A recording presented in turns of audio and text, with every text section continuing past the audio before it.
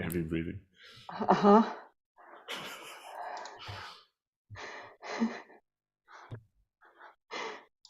Let's see. Hey. Ariel.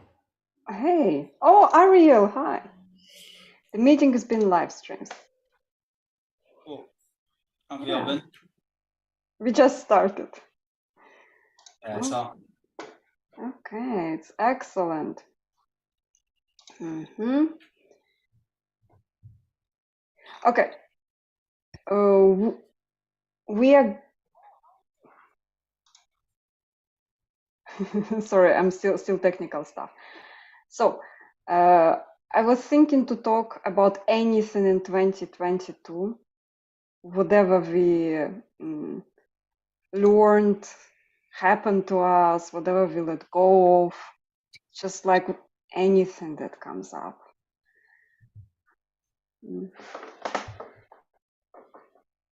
So, what do you guys think? First of all, Ariel, how was your year? It's been bittersweet.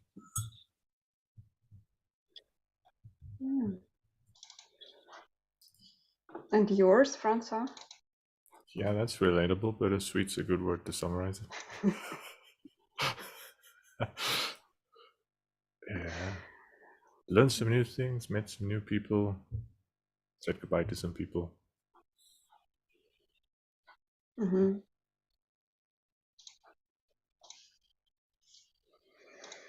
Okay, I'm making some lists. Podcast done. I'm sorry, I'm doing some editing. Okay, my year. Damn it. Like, starting with the unexpected war happening, then it was a roller coaster somehow. I don't even call it bittersweet. It's just like a massive ride. So, yeah. I learned a lot. Started a line by line podcast, created some music with Francois and other artists. Gained friends, lost friends. My sister moved to Poland with her kids, which is fine. What is the highlight? I think highlight is the conversations I had with people.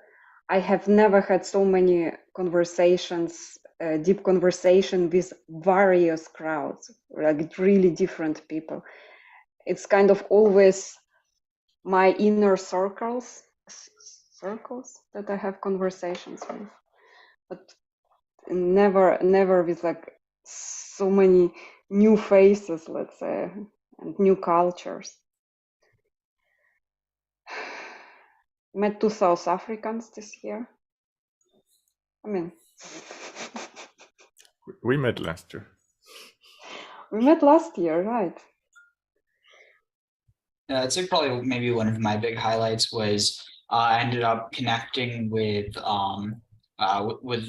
one YouTuber, Gnostic Informant, and that he kind of inspired me to get into YouTube because, like, I mean, he was giving me some tips and tricks, and we've just been talking back and forth, and yeah, I mean, I think more than anything, it's interesting kind of entering this whole space where you get to have these conversations, because I mean, all too often these are like the conversations I've been wanting to have, and it's just people in real life, at least in the circles I've been, maybe it's just my age, people in college aren't really interested in this stuff, but that it's, I don't know, it's just I definitely feel like I've grown a lot this year because of that. Sorry, I don't think we've ever spoken before. When you say this stuff, what kind of stuff is it that you like talking about? I mean, basically everything, but so my area of study is actually the ancient Near East. But my discipline, though, I'm double majoring in anthropology and religious studies. And so generally like comparative mythology, religion, and also just like current events, because it inevitably ties back to the past.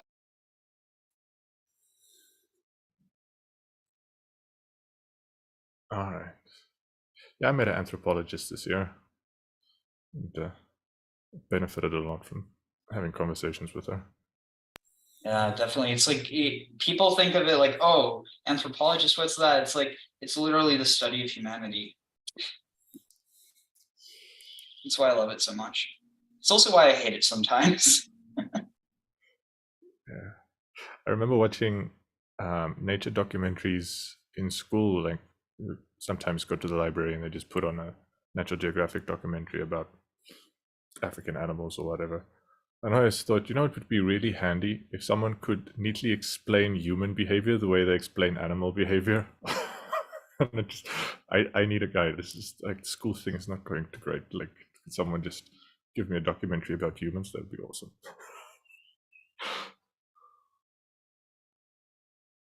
Yeah, it's so bizarre. Like we look at the animal world, we see some of the weirdest stuff, and then we look in our own world and we see just as strange.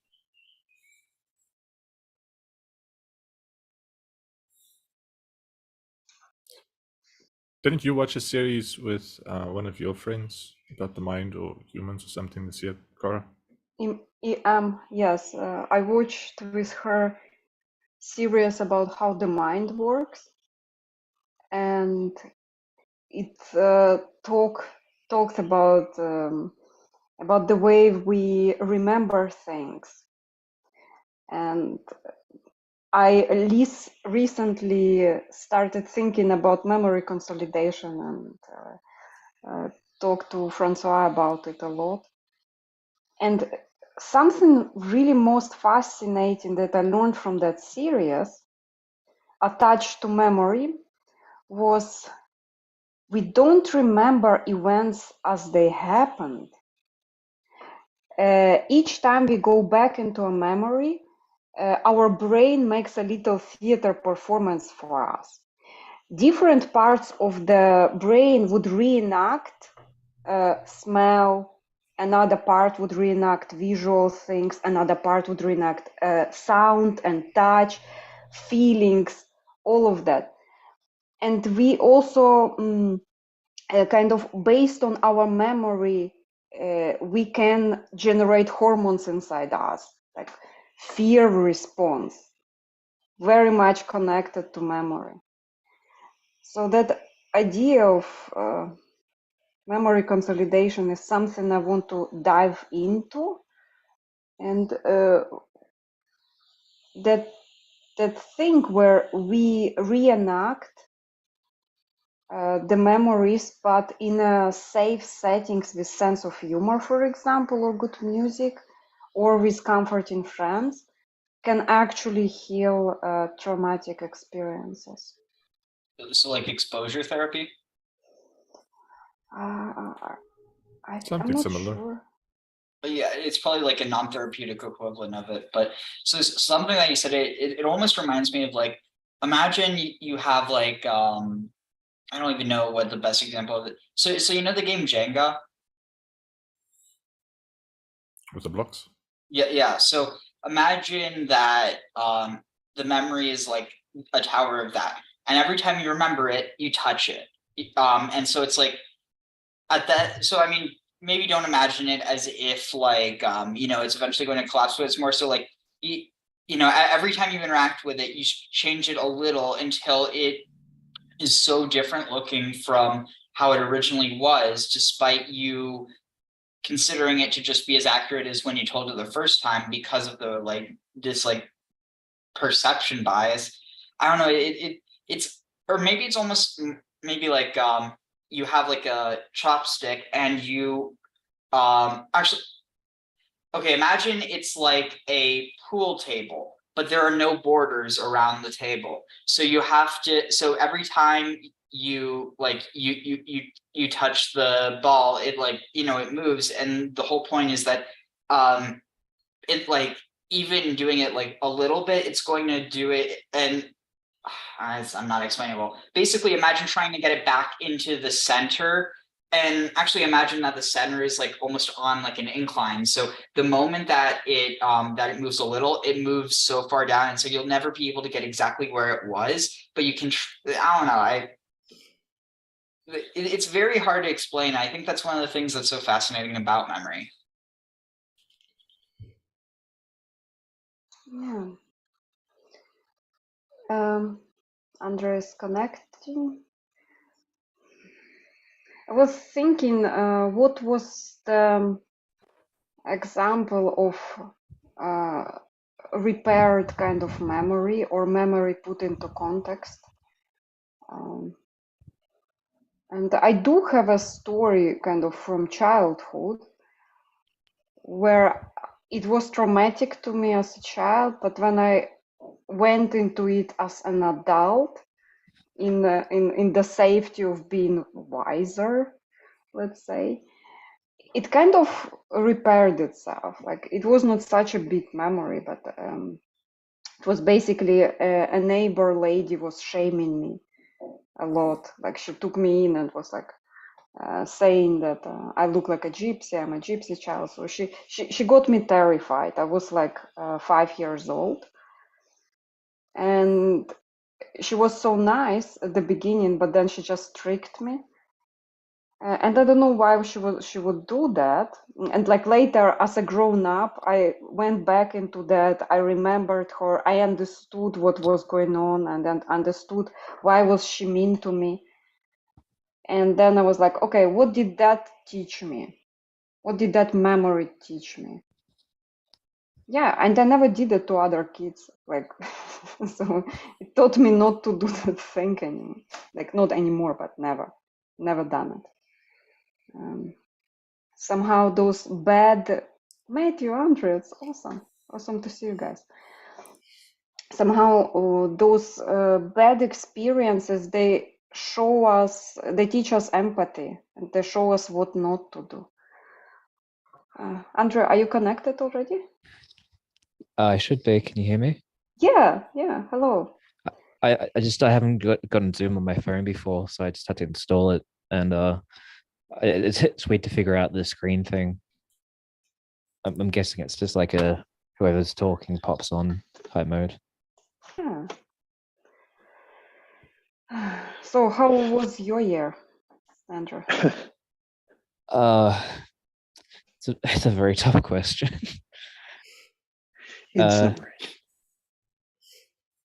Tough. Ended with a Discord server full of people apparently trying to gaslight me with a dozen of their members the other day, and completely failing at it in the process, which was very funny. But it was like the most petty display of human behavior I've seen over such minutia of behavior from like further analysis. But it's I mean, something I can handle, but it's something that, like, seeing people go to those levels and not even try and do whatever they were trying to do, it's pretty sad to see.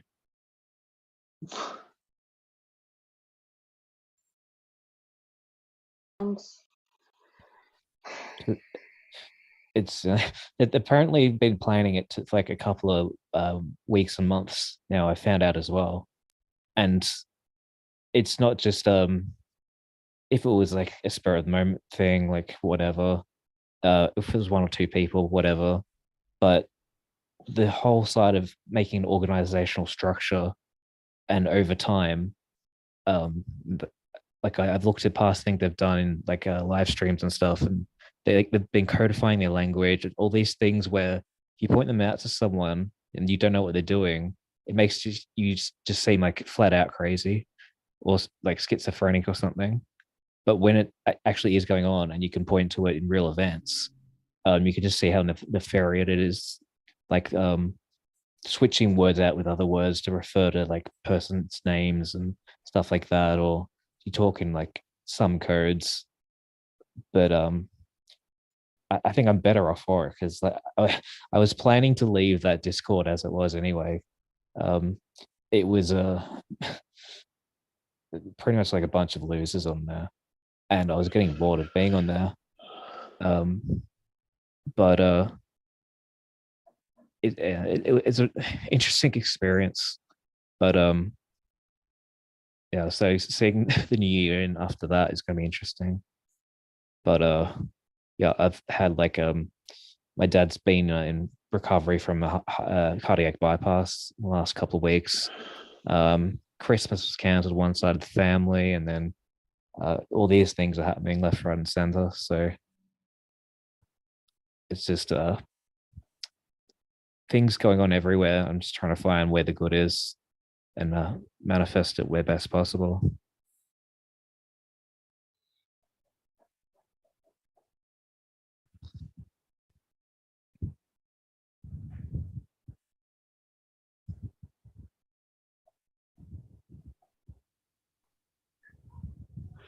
That's a lot, actually, as well. It's a lot. How are you doing, Matthew? You're not seen, but the listeners can hear your audio. Yeah, I'm invisible because I wasn't quite ready for visible. I have to figure out settings on Zoom so that they show or at least a picture, like of your sand figure. That is good. How was your year, Matthew? I agree. I agree that it's a weird question. Like to try, I have trouble with just like a week where people say like, "How was your week?" And you're like, "There's good things, bad things." Plus, I try not to categorize things as purely good or bad because that's pretty myopic as it goes. All kinds of stuff happened this year. It was crazy year. Probably better than the last year if I had to compare it than 2021.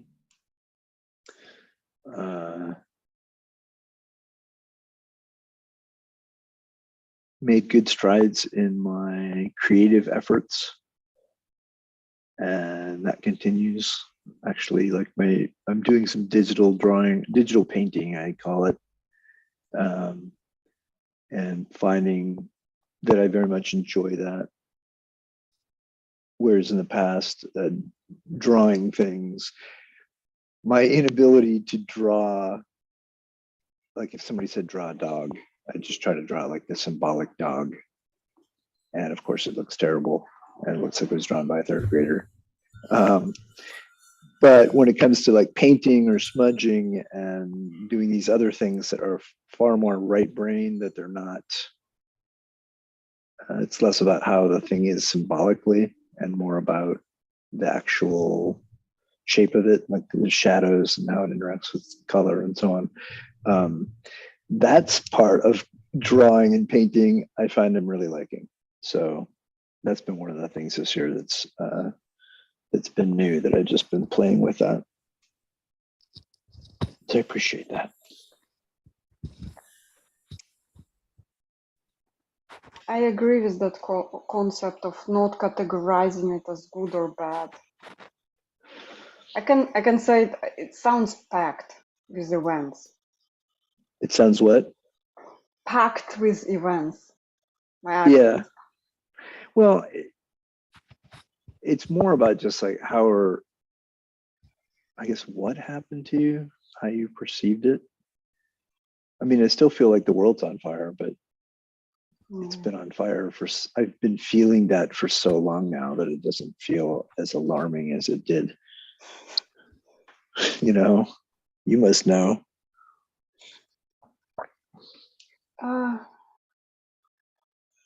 I still can't believe it. Like I'm still a little bit in denial. It's so cool that there is an Australian here, South African, and US, and European. We're like almost. We need some Asian. We still don't have any Asian representation. And some South Americans, maybe. Does anybody know a Brazilian by any chance? Well, I'm half Colombian, if that counts. That's close. That'll work. Colombia is mixed. Jesus, there's like, the whole South American continent. That's a lot of stuff going on down there. You're responsible for all of that. I claim nothing. Does this mean I have to represent all of America? Yes. Yeah, I really don't want to be responsible for this mess over here. Stand up and salute the flag. Hey, we have some of the most amazing crowd control and propaganda technology available on the planet. And you cannot deny it. It is unbelievable. Well, the American flag and the Pledge of Allegiance, the Pledge of Allegiance, was a propagandic technique, and it was made by a guy who owned a flag factory because he wanted to sell more flags. Yeah. And he said to this school board somewhere in like Midwest or something, like, hey, I think it would be a good idea if we made this sort of like little ritual thing where the kids can like, we'll get them stand up and like put their hands on their chest, or, like as a salute, and say some words about the country, and try and get something about God in there, and it will be like a morning routine, and it will show how like we've got strong citizens all the way down to like primary schools or whatever they're called. So Yeah. do you happen to, oh, just real quick, do you happen to know what, like, around what time that was? I think it was in the 1950s-ish. Okay, There was a Early in whole that, I thing think. going on here. There was a whole thing that went on in the 50s that may have been separate from that. so just that to be, oh, sorry. where we put under God in everything. So in that Pledge of Allegiance, there's a phrase, one nation under God. And this was also the time when we introduced "In God We Trust" printed on the money, even though it's not printed by the US government. This "In God We Trust" thing being injected into things was like a thing that happened in the 1950s. So just to be clear, a bunch of people, a few years after Nazi Germany had just taken over all of Europe, they thought it was a good idea to instill like unbridled nationalism. It was unbridled patriotism, not nationalism. That's the key distinction there. I'm not Because, sure I know what that distinction is. I'm all about my nation and I'm a patriot, but I'm not a nationalist, but I am about patriotism. It seems like a different distinction without a difference, especially in most people's minds. Like at the end of the day, I think that there is such a thing as like patriotism in terms of like feeling a loyalty to a country that provides you security and things, but at the same time, to a nation. Wait, what? To a nation. Well, I'm just trying to. You said loyalty to a country, and we're trying to differentiate this from nationalism. And yeah, I'm like, so loyalty to a nation, that's not any different than loyalty to a country. A patriot forms like a patriotic act in symbolism towards country, whereas a nationalist enforces that and pushes that country forward to the terms of like extreme nationalism at its worst, in order to make that country and only that country the most viable over other countries. So you can be patriotic without being warfaring, but you can't be extremely nationalistic without stepping on people's toes at the very least. I would say there must be connotations to nationalism that I don't have in my head.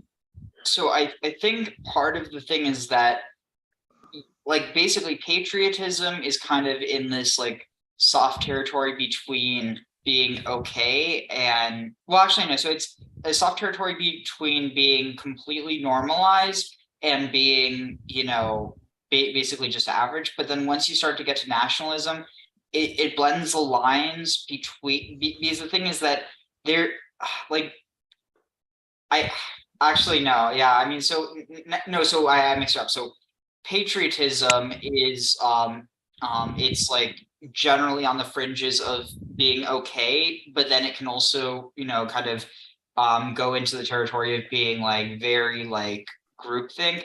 But then what nationalism is it's kind of like it's on the fringe of not being okay, as well as being further into being just like essentially like I don't know. It definitely is a tricky topic, but I think that what it comes down to is like patriotism is a love of your country, and nationalism is a love of your country above everything else, or above all other countries or other people.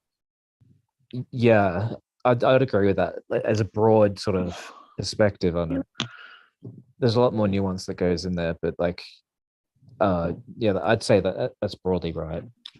Guys, we have Nechama here from Middle East. Wait. Hi. Excellent. Hey. Hi, I've seen Nechama in comments a lot, and thank you for supporting. And I hope I remember your request to restart nonviolent communication. No pressure, I no hope I pressure. will. It's just like so many projects at the moment. Yeah, Middle East, where are you from?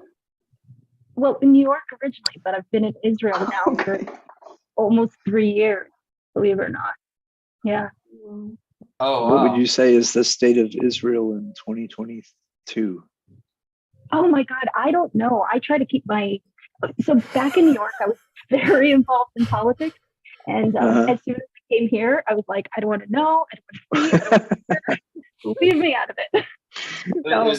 It was actually the opposite for me. So I was on a gap year program. I was living in Israel for it was like 9.5 months, and I was actually planning on moving there. But I mean, long story short, I injured myself stupidly.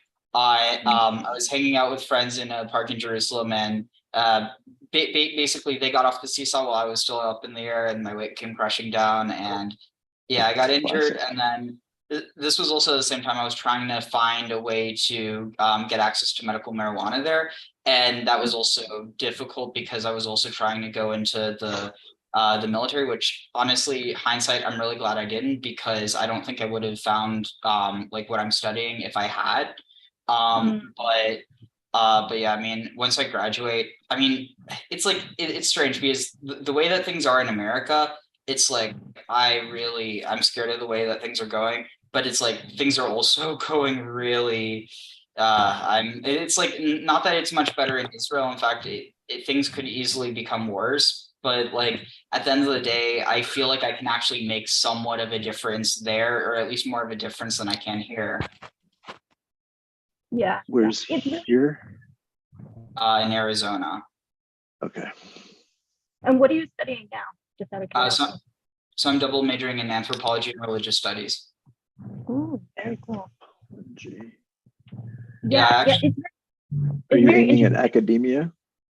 So I was planning on it, but then after I got COVID a year ago, it's just completely destroyed my brain. Not completely, but it's like it's made a lot of things harder. And so that, and then also just realizing how much, like for instance, not the first time I got sick, but the second time that I got sick with COVID, it was because like even the most basic precautions that my university could take, they did. And it's like on some level, I've kind of realized that academia, in a way, it is kind of a cult, like, like a lot of things in our society, but that at the end of the day, I want to be a communicator of, like, I kind of want to break that ivory tower complex. So like, I mean, ultimately I might end up getting a PhD at some point, but more than anything, I don't want to just kind of stick within academia. I want to break out of that.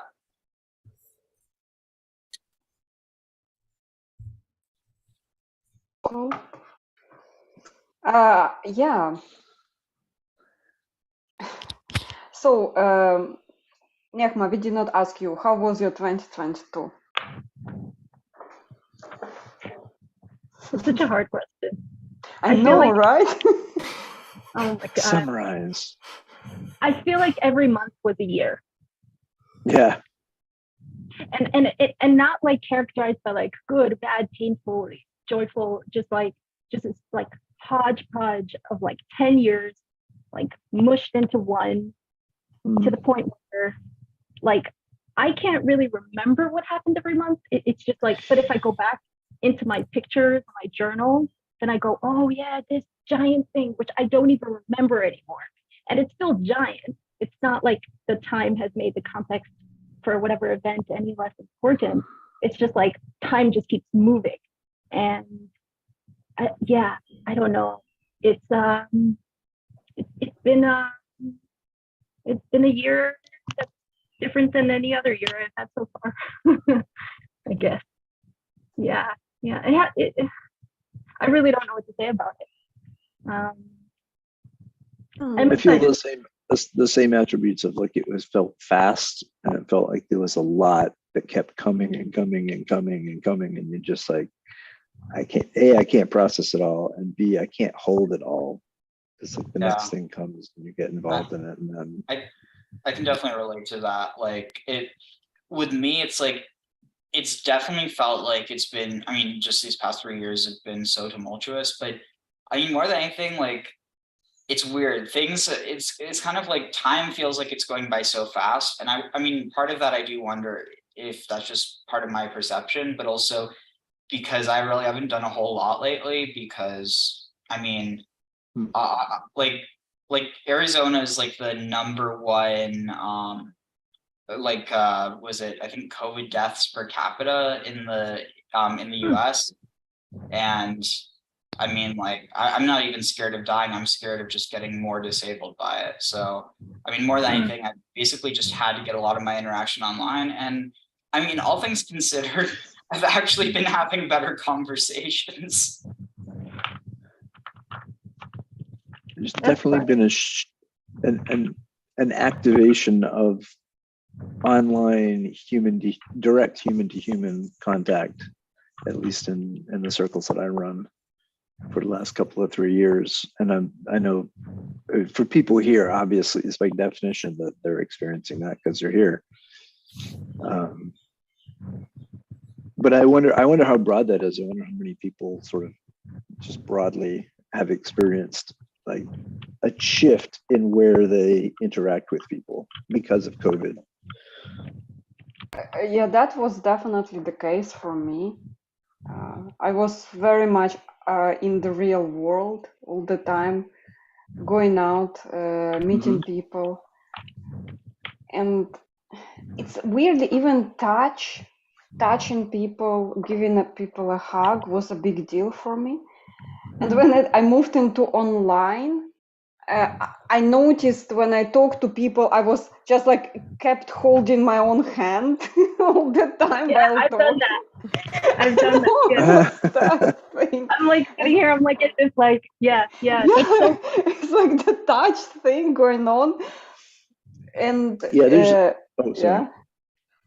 was going to say there's been more than one time in various rooms that I've been in where like somebody has been moved to tears, or there's just been like a really like a somber moment where you just want to put your hand on someone's shoulder or something, and there's no equivalent, but you can feel yourself reaching out for it. You're like, we don't have that. It's almost like a type of sensory deprivation. But you can still feel that you have it, like the room wants it, and like multiple people express the same sort of a thing. Oh, 100%. That's the thing. It's like a reverse feedback loop. And so one of the things actually got me interested in anthropology and religious studies in the first place, because I mean, my worldview has completely changed. Like I used to be a total functional materialist. Like I basically thought that all spirituality was just kind of like hogwash. And I mean, I've definitely changed my perspective. I think a big part of that is just, I mean, a lot of things, but actually, I think more than anything, it's learning that like there's so much more nuance to a lot of things, especially when it comes to religion, namely by actually being able to learn biblical Hebrew and like read stuff for myself. And because I grew up in the Bible Belt. And so, you know, even though I was Jewish, I was just exposed to a bunch, like, honestly, it's a really weird feeling because like, I never actually experienced any anti-Semitism until like a few months ago. So, I mean, in person, I've obviously seen it online, but And it was when like Kanye started with all that crap. But the thing is, so in Texas though, it's this weird vibe because like the moment that like practically half the state, or like half the people in the state, if they find out you're Jewish, like all of a sudden it's like this weird vibe where it's like not hostile, but it's just weird. It's almost like you're all of a sudden some sort of like prize cow because of how much like evangelical cow? Like the Oh, vibe is 'cause just shift. Because you're different? Huh. Well, so it's not that, it's more so like, oh, like this connection because of, you know, like Christianity and the Bible, but it's something that you don't like. It's not the same vibe that tends to happen with like Roman Catholic or Eastern Orthodox. It's almost exclusively evangelical. Huh. Is it friendly or tense? It's friendly, but let's just say it's like, it's kind of like eyes glazed over, kind of like it's like, it feels like there's this filter or this, like there's something in between you and them, and it's like like not that they don't see you as a real person, but that they see you as part of their religion. Yeah, they put you in a certain box now. They're like, oh, you belong here, whereas before you probably had a more broad. That's interesting. Well, It's more the more things of a cultural than a religious thing. The ideas that they've probably gotten from the culture that they grew up in, and, you know, family discussions and church discussions and whatever, they've got some concept, it sounds like. And so then when they meet somebody and it turns out that they're Jewish, they're like, oh, now I have to fit all the stuff that I've learned about Jewish people onto this person. Yeah, and almost always it's well intentioned, but it's like, I think part of it's kind of like, I'd say it's almost equivalent to asking, like, I'm trying to think, like, I mean, I don't know. I don't even really feel comfortable making this comparison, but maybe it's almost similar to like talking to people who identify as you know, Black, so, you know, people who are you know, African American within the United States. I don't know if this is also a phenomena that happens in other post-colonialist nations, but basically how there's this like weird thing, how some people are like weirdly obsessed with Black hair. I don't know if you all know what I'm talking about. Yeah, No. I do. Oh. Yeah, like a lot of white people will go up to it and be like, "Oh, can I touch it?" Or like, What? "How many?" Because it has like Who there is does some this? that's a special shape. It's like what called like is it natty hair or nappy hair? Yeah. But who goes up to somebody and says, "Can I touch your hair?" Nobody does that. It's in videos. I mean, if you're having a pleasant conversation with somebody, you might go, "Oh my God, I love your hair. Can I touch it?" No, but yeah, it can happen. It does happen. It's not a problem for society to have to deal with. I don't think it's a societal problem to the extent that happens, but it does happen. And it's more of a phenomena. I feel so inappropriate. It's like if I like something about somebody. Oh, I love your eyes. Can I touch it? Like... Or just get like really close to someone's face and say, "Oh, I just want to look at your green eyes. Let me just get 6 inches from your face. I want to look at your eyes." It's like instant objectification. Like my family was on vacation once years ago. My little sister had like blonde hair, and she was like 4 years old, adorable, just like super blonde hair. And then these Chinese people came up to us who were clearly tourists, and they were just like, oh, you know, they like pantomime. They wanted to take a picture of her and they wanted to take a picture with her because like they had never seen this blonde hair before. It's like all of a sudden you're an object. And we always joke now that there's like pictures of her in China somewhere on some billboard or whatever. But it's like, I'm thinking maybe it's that sort of thing. It's like something you like so novel that you objectify the person based on the characters. That's like so, you know, I guess different. I guess I could see myself doing that too. Like if I was somewhere and there was somebody who was like 8 feet tall and was, you know, people were making a thing of his height and he was kind of there making a thing of his height, I would want to have my picture with the 8 foot tall person. So I was actually Even though watching. this is really just, celebration of some really unique human thing that you don't see. But I would do it for that one. So I was actually watching a video on this type of subject. So I forget, it was one of the kings of Prussia, but he basically had this this regiment of grenadiers that they were basically only for show. They were basically his giant toy soldiers, and they were called the Potsdam Giants. And they're like, he went throughout his realm looking for the tallest men. And then also, like, other royals would give him their servants that were really tall as, like, gifts. And so he would then pair them up with really tall women in order to try and produce really tall children to then also serve in this regiment. It's like the most bizarre thing. Wow. I mean, that's how we got all the different dog breeds. Not so much by height, but you know what I mean. By different dogs. Horrible things to do with humans, let me say. But yeah, it's still pretty crude, different times. Like Ripley's Believe It or Not museum. Yeah. It's kind of like that. Love that one. There's something about like our human instinct that makes us see something weird and then we turn into complete rude And seeing something that you've never seen before. Like, I think if I saw somebody who is an albino, like a true albino, I would try to I would want to see very much, and I would try not to stare or make a spectacle of myself or the other person, or make them feel uncomfortable in any way. But I would definitely be like, oh my God, that person's an albino, and want to see it, because I don't think I've ever seen an albino person. Yeah. Although I can't speak for like African American people, because I know that there's like a whole history there that's like just beyond the strange novelty. It's like a little bit more goes a little bit beyond with the hair thing. I think it intersects, I think, with what we were just saying with that Prussian king, who was, had servants that he was manipulating genetically that in this way. And so with African American, can I touch your hair? I think there's some intersection there with the history of slavery. Maybe. But imagine someone coming up to a Jew saying, "Hey, can I play with your yarmulke for a bit?"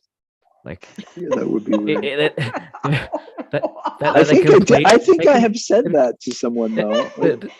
You can see the demonstration of like, it's not so much to touch someone's hair, but suddenly if you're tossing the yarmulke around, it becomes such a bad, very cancelable problem. I'm pretty sure I have asked a Jewish friend of mine. Now he's a good friend, and I asked, he had a yarmulke, and I was like, "Can I see your yarmulke?" And he's like, "Sure." Context is everything, though. Yeah. Yeah. And I wasn't like, making fun of it or playing keep away or whatever. Keep away. You can't go in the synagogue until you get this. But wait, Matthew, do you get why what you said was so funny? What's that? So the Hebrew word for yarmulke is kippah. So keep away. Yeah. Keep away. Oh, geez. There's a joke there somewhere that very few people will get in my circles. I think that was actually a pretty good joke. To be fair, sorry. We don't make it. We have the taste and everything. We make it hard to resist that, because a lot of the, at least on the religious end, the garb clothing practices are like very intentional, and a lot of the purpose of it is to stand out from general society, to differentiate. So we actually kind of make it hard on ourselves on purpose a little bit. I noticed, yeah. So I was watching. One of my I think this might have been last night. I was live stream. Well, not last night. 2 nights ago, I was live streaming, and like every time I have to get up for a bathroom break or whatever, I basically just put on a video of dancing Hasidim. I don't know why, it's the funniest shit. But so anyway, what was it? Oh yeah. So there was this one video, and there was a Yemenite Jew, an Ethiopian Jew, like Ashkenazi, Sephardi, whatever. But I think it was the Yemeni guy. He took his pace and he started dancing and he was like pulling it like, and it's like, yeah, if anyone else were to do that, that would be so bad. Yeah. Well, that's one of the things is we kind of know how to make fun of ourselves, but it gets weird when, yeah, since the communities are so insular, it's hard for outside people to know when the joking is okay. But I actually understand it though, because wisdom in Jewish is connected to making everything light and laughter, so it's directly connected to wisdom. And yeah, from what I learned, it's from tradition. It's not in every tradition like that. It's like not in Poland, for example. Like that's making jokes of their hard situation. Yeah, it's a talent somehow. yeah, it's a really big value of ours. Like I don't know if like a really good example, if you guys saw, what's his name, Ari Shafir.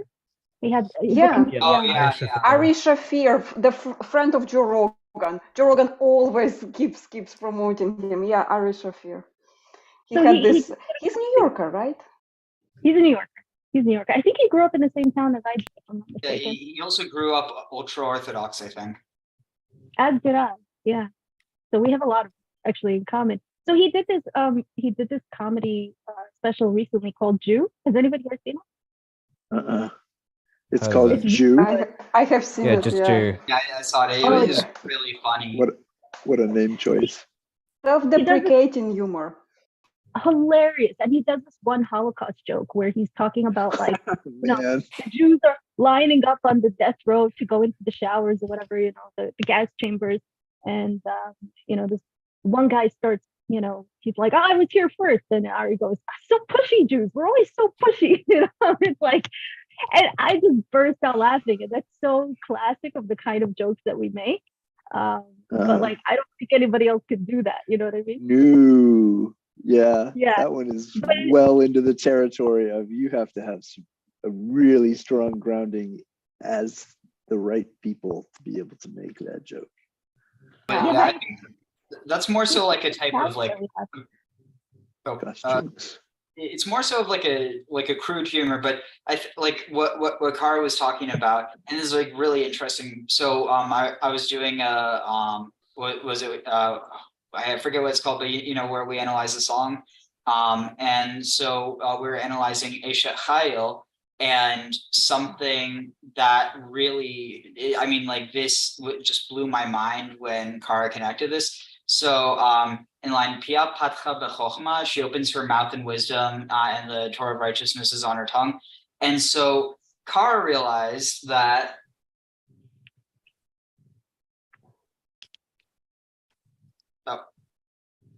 I don't remember exactly. No, that Chokhma means laughter in Russian. Direct translation is a joke, laughter, something to laugh about. Oh, this thing is a Chokhma. So Chokhma is really funny situation. It's hilarious. It's like, because it comes from that laughter things. Yes, that so Chokhma, that's how they call it. But it might come from travels and from trading. The word might come in from there, just like cultural exchange somehow. Oh, that's amazing. Yeah, because Chokhmah is wisdom. So that's amazing. And the thing that really blew my mind is the line right after that I forget. Wait. Pia Patcha Bechokma. I forget exactly what it was, but the part that's relevant is that V'tizchak le'yom acharon, and she laughs to the last day. And so there's this connection between laughing and opening the mouth in wisdom, in which it seems like the opening of the mouth is to laugh. Mm-hmm.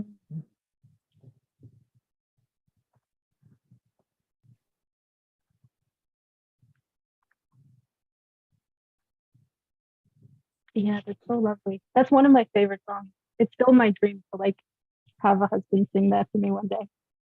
Did you guys do a line by line on that? Yeah. Yeah.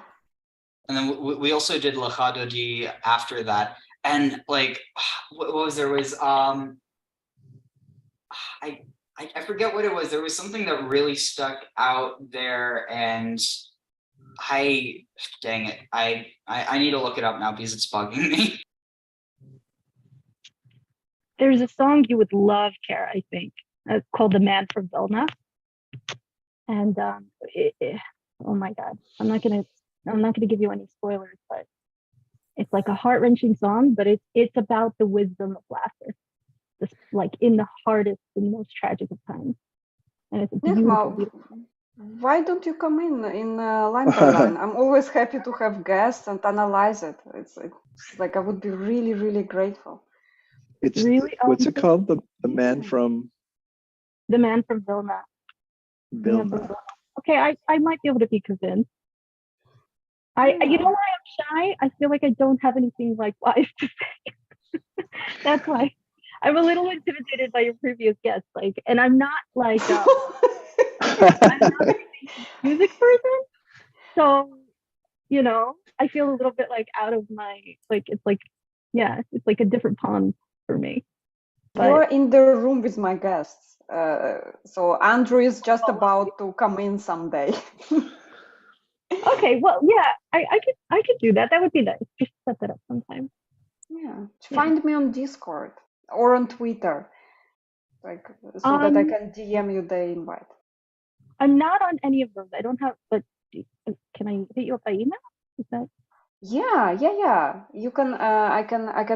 Later on. I will give you my email somehow. Maybe you could put it if there's a private chat in Zoom or something. Sorry. Oh, okay. I don't know if it will. So I hope it will not jump up. Okay. You know what? Stay after the stream. I will then make it You guys some privacy.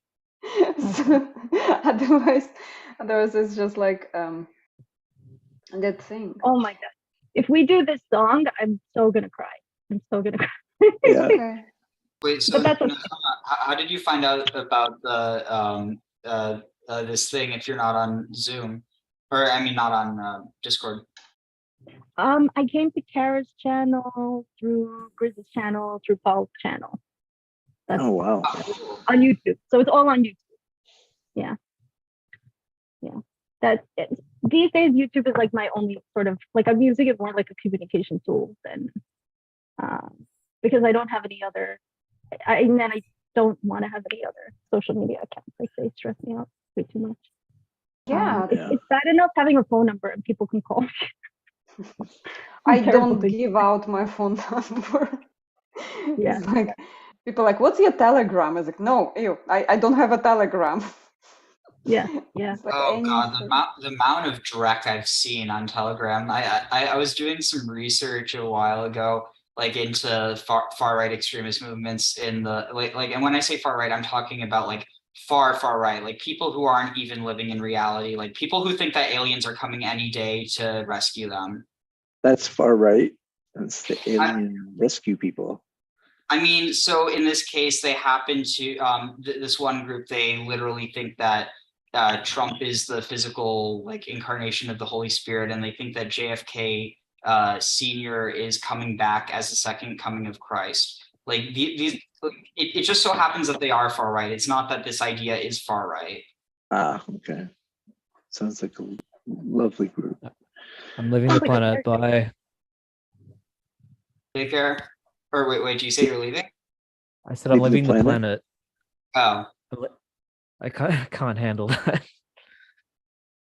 But yeah, so I got a taste of that. That's actually, so interestingly enough, because they were bastardizing Kabbalah, that's the reason why I started studying it. And that's also, interestingly enough, why I've become more religious, because I've been basically trying to separate what's BS from what's actually true and what's interesting. The Kabbalah will do that. Yeah, interestingly, Kabbalah speaks the most to me as well. Like having grown up ultra Orthodox and now not being religious. Yeah, studying Kabbalah like bit by bit, not intensely, but it just speaks to me in a way that a lot of the things I'm just looking at what I learned when I was younger at a different angle, and kind of speaks to my brain in a way that I can get it more, which is really interesting. Yeah. With you. Francois, how are you doing? We haven't heard your perspective on anything. Yeah, I'm listening. I'm trying to recall if I can remember anything about the Kabbalah. You have to ask him the There's- question first. Yeah, there's a tree called a Sephiroth in the Kabbalah. Am I correct? That's about all I can remember. So the Sephiroth are like the nodes on the tree. What's the tree's name? Tree of life. Yeah, it's Chaim. Fine. And each Sephiroth has like a whole teaching associated with it that you're supposed to remember or something? Yeah, so it's like basically it's very close to the Neoplatonic idea of archetypes, or was it? I think in that context it's actually called archons, but not like literally referring to different entities, but more so like ideas that rule the world. And so in that case, the creator of those things is the monad, and in the case of Kabbalah, it's Ein Sof that then manifests basically in. I just started reading the Sefer Yetzirah, the Book of Formation. I've been doing a stream with that with someone else, and it's really interesting because so he's not Jewish, though he actually grew up in like a very heavily Jewish community. I think somewhere in New York, I forget where, but he has a lot of really interesting insights on it. It's like the type of stuff that I really think there's something to studying your own tradition with someone who isn't part of that. Obviously not taking like what they're saying as like, oh, this is what it means, but using that extra perspective in order to be able to see something that you just can't because of the perspective that you have as being a member of that, community or culture, faith community or culture or whatever. Yeah, I've really been enjoying the chats on Jacob's channel where he has Muslims or Christians and Jewish people talking about the same text that I'm familiar with when I'm, and yeah, it adds a whole different perspective. Like, I feel like it's not that it's filling in puzzle pieces, but it sort of gets you to look at things maybe from a different angle. And I really, really have been enjoying it. And it's also cool to see like which parts have been meaningful to people from what backgrounds. It gives you like a new appreciation. I'm quite curious when you said the Kabbalah is speaking to you, Nechama. I hope I'm pronouncing that right. Yeah. Like I'm wondering in what way does it speak to you? Does it feel like it resonates with your experience in some way? Does it resonate with your worldview in some way? Does it resonate with who you feel yourself to be in a community? Is all of those things? Like, I'm curious. So yeah, so that's a really good question. I've not studied it like Ariel has, like not in a formal manner. So it's just very hodgepodge of what I might be interested in any time. And it was never like, okay, I'm going to study Kabbalah now. It's just, I keep finding myself, attracted to different texts or videos or different things. And it feels to me like it's maybe a language that feels more native to me. Like maybe because it's so deep into like the symbology, which is like very Peugeot area, which I also like. That stuff feels very native to me, just the way my brain thinks. So I can connect with more, say, than like the Bible text. I don't have that instant connection with the Bible text. Whereas with Kabbalah, I'm like, oh, okay, I get what he's saying. Oh, he's talking about orange and green, and then a circle, and like other people are like, what is this hodgepodge? And my brain goes, oh yeah, I know exactly. And then da da da da da, and it just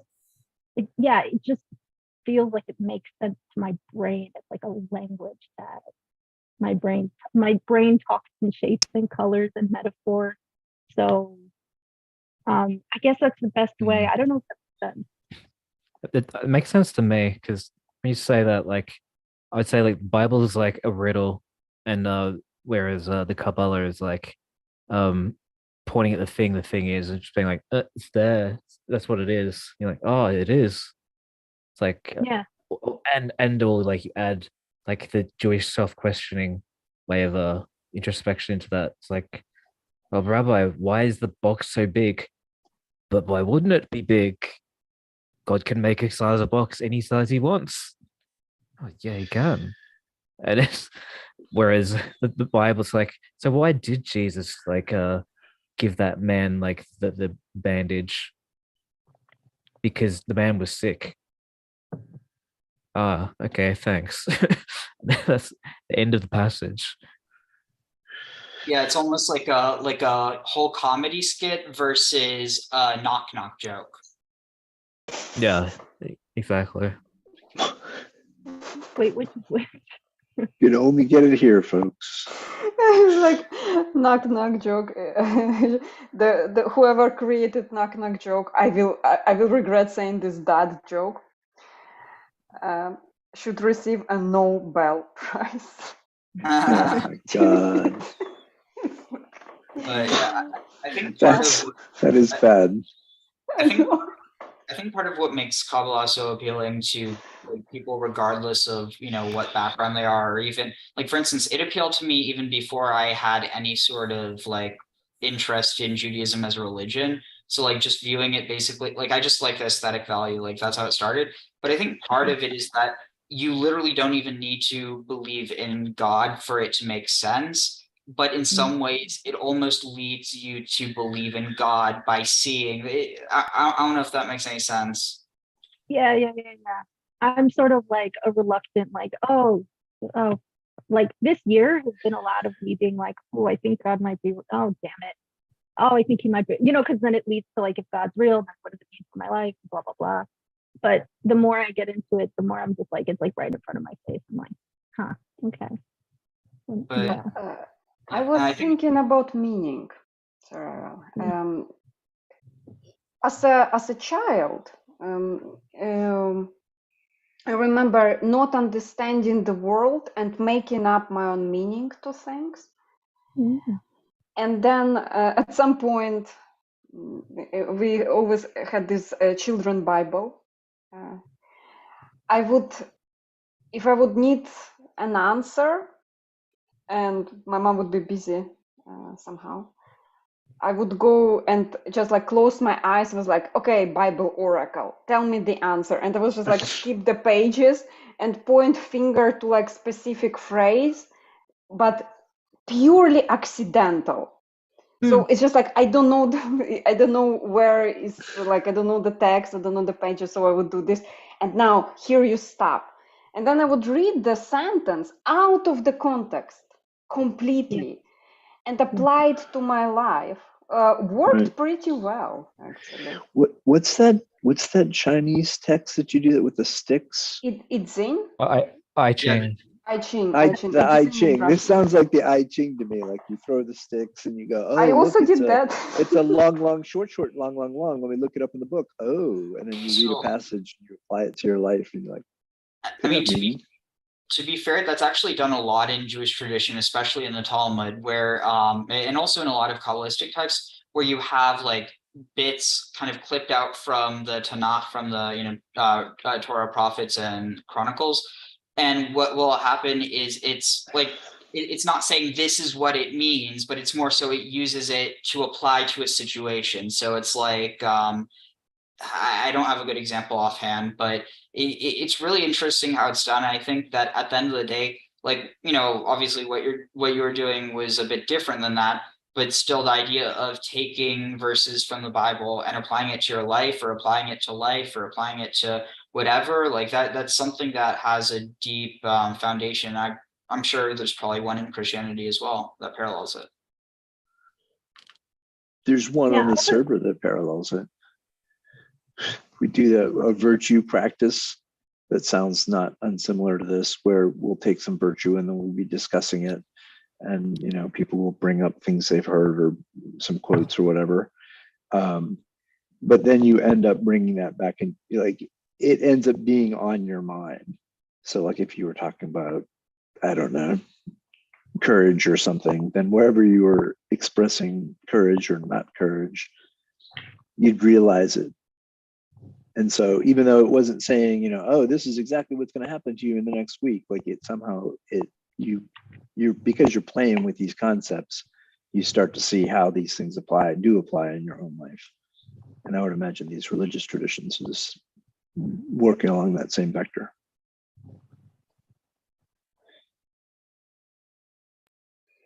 It's interesting. Okay. Yeah, Nechama?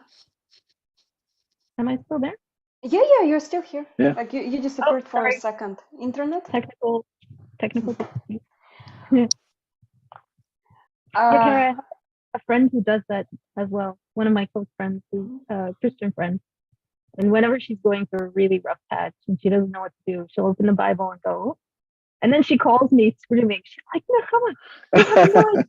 It was the perfect verse." And I was ready to like throw all this religion out the window, but God gave me the message, you know, and then she'll tell me, and she's like, you know, when we talk about it, there's like that synchronicity that happens that you Yeah. sort of, okay, that's really lovely. So I don't know if you still do it, but I get those phone calls like at least once a month or every other month. Oh, wow. Yeah. I mean, if it's something that works and allows people to, you know, find a useful way to reframe something, then it's all good. As to whether or not, you know, your hand is, if you're being guided by the universe there somehow, or God. I'm sure we're going to get an answer on that one. I have a story about believing my hand is guided by God when I was a kid. Yeah. Is this with your Bible verses or something else? No, it was something else. Yeah, Ariel? So?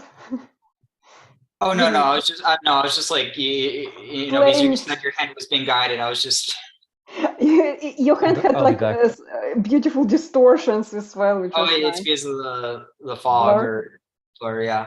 I just discovered that, so I'm like, hey, I'll play around with that. Yeah. So there was a pond, a swamp in a place where I was growing up, just like a good, like massive swamp under the rain, but it was not deep. It was kind of for a child really nice. So I went in my shoes in the swamp, and then Nice. I was like just doing that, like sticking my feet in the swamp, and then I came out without a shoe. Uh-huh. And I was like, where did I lose the shoe? I did not even feel it. It's like just like there is one sandal on my foot and the other sandal is missing. Right. So I came home. I did not tell anyone I lost a sandal. I washed the remaining one and like was kind of going out barefoot later on. And then in a week, I was like, I should find the sandal probably. And I was like, I took a stone, I went to the swamp, and I was like, please God, throw the stone to the place where I lost the sandal. And then I turn away, and then I throw the stone backwards. And then I go to where all the rings go, and I put my hand in the dirt. And there is no sandal. I was like, I have to believe. I believe. And then I put it deeper. And it's like I came almost to my shoulder, and there was something in there. I took it out. It was a sandal, and the swamp was massive. Like, so maybe subconsciously somehow I knew, but the sandal was destroyed. It was my sandal. Like it was ruined. Like in a week. Yes. Really? I mean, it got kind of bloated. Huh. And it's like, and it lost a little bit of, like, it was glued together, like the glue was taken apart, so it was not in a condition to wear. But yeah, I kind of thought I can attach meaning to the things by setting in the intention. And I was like, I have this guy that backs me up, God. And so what do you think you believed at the time? Like, were you like, oh, God did that? Like, God said, throw the rock and I'll sort of guide it. What was my process? Well, do you think that you believe that God guided your hand at that time? And do you still believe that? I mean, I already at that time knew an idea of a vessel thing, where you shut down your mind and you let your hands be kind of taken by spirit. But it also was taught to me because like my family is not only like there is a lot of mysticism in my family, a lot, and so I learned from that Tatar side that there is such thing. If you have pure heart, no darkness will ever enter you. If you have like evil in your heart, if you're angry and bitter and you have hate, if you become a kind of this state of vessel when you blank out your mind and you will let your hand write or you will let your hand choose, it's not necessarily the highest force that will guide you. It will be that darker kind of energy that will guide you. I think I believed I have a pure heart. So my mindset was that the darkest light would enter me and the God would kind of, yeah, I was telling this story around later on to impress the children as well, showing them the proof of the sandal and stuff. Yeah, until my mom found out, then she kind of fixed the situation. It's By really rationalizing it.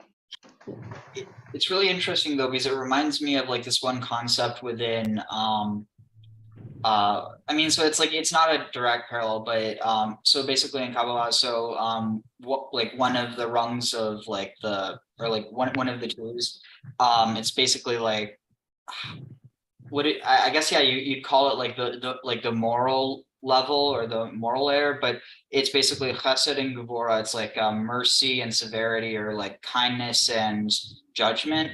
And so like there's this really interesting element, like it's also connected with like different planets, but so there's this one part in the Talmud where it says like if someone's born under Mars or Ma'adim, so it's like even the name in Hebrew is connected to like the red of the like the blood red, but it said that someone who's born under that like star, but I mean obviously planet, that they will have something to do with blood. And so it said that like one rabbi says they'll either be a moil, so like a ritual circumciser, a butcher, a doctor, I forget what else, but basically like it shows how there's, you know, how even within like say something that involves something that's in like basically that there's good in everything, but also that there can be bad in everything. And so it's this essence of not taking anything 100% and just about, you know, basically, so below that is Tiferet, which is it's like the harmony of the two. And it's this idea that, for instance, if you were only kind, if you were so kind that you do what anyone asks you, you can actually commit atrocities. And similarly, if you are like so restrictive that you never let anyone into your life, then you'll never be able to, you know, experience love. And so it's kind of like this balancing effect that you need the combination in order to create and that's the thing, because the middle pillar is the one that is associated with light within two contexts. So you have one that's associated with like the light of the sun, and above that the first one is like the light of the world. And so within this there's this understanding that even though you have like you can have good and you can have bad, but but true goodness is beyond just doing what people tell you is good, in the same way that, you know, just because someone tells you something is bad, it doesn't necessarily mean it's bad. It's based on, I'm kind of like slipping over my words, but basically that the idea is that, you know, balance is necessary in everything. But ultimately that there is this idea that just because someone's influenced by like, say more like strength, like just because someone's strong doesn't mean they're going to punch someone in the face. And just because someone, you know, is very kind doesn't mean that they're going to treat everyone with that kindness. So it's kind of this idea of you're supposed to, you know, was it like, I forget, Hillel said, Hillel was asked to teach someone the Torah standing on one leg. And he said, was it, V'ahavta l'reacha kamocha, to love your fellow as yourself. That is the Torah, and the rest is just commentary.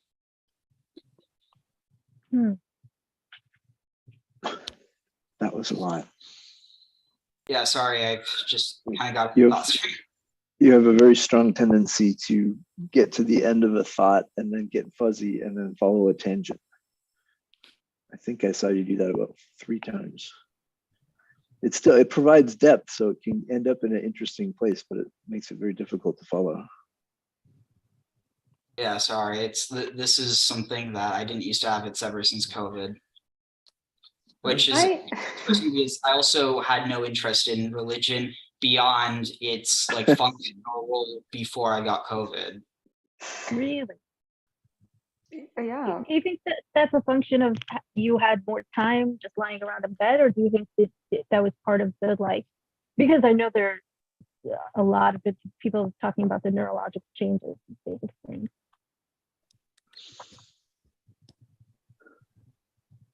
Yeah, I mean, I think on some level it's this idea that whenever you have a giant paradigm shift in your life, that it's not just that one thing that can change; it's a bunch of things, and so.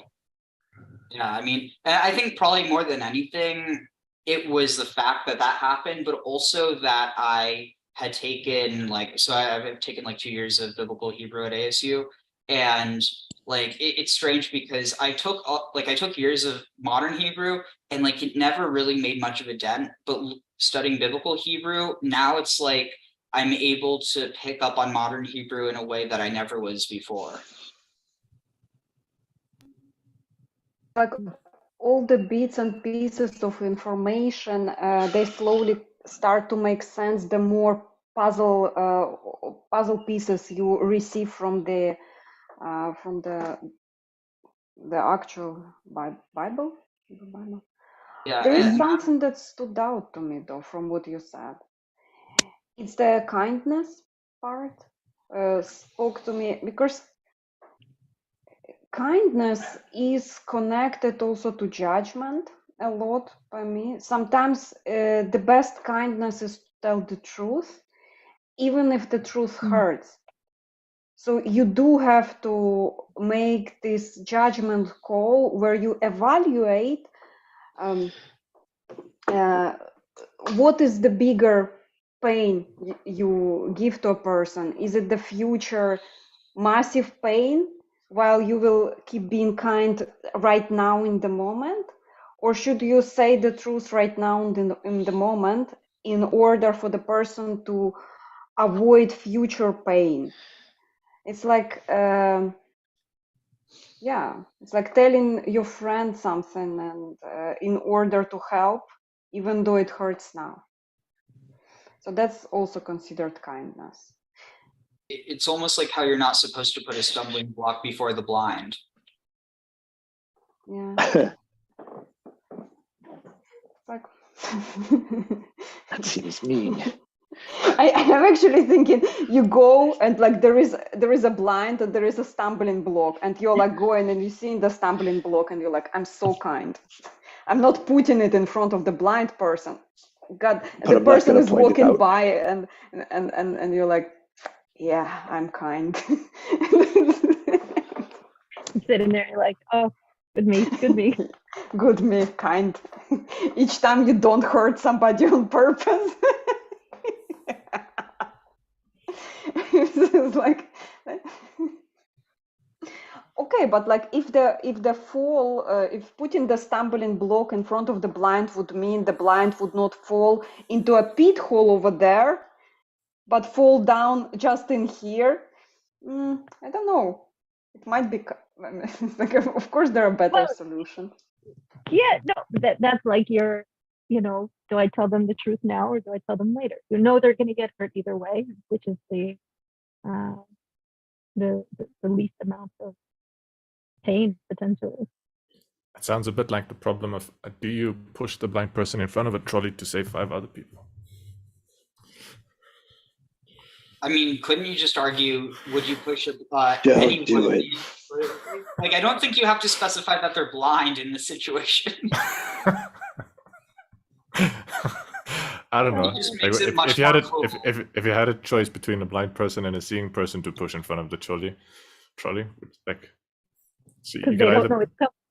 So it's more I don't know. pathetic. I, Okay. How about this one?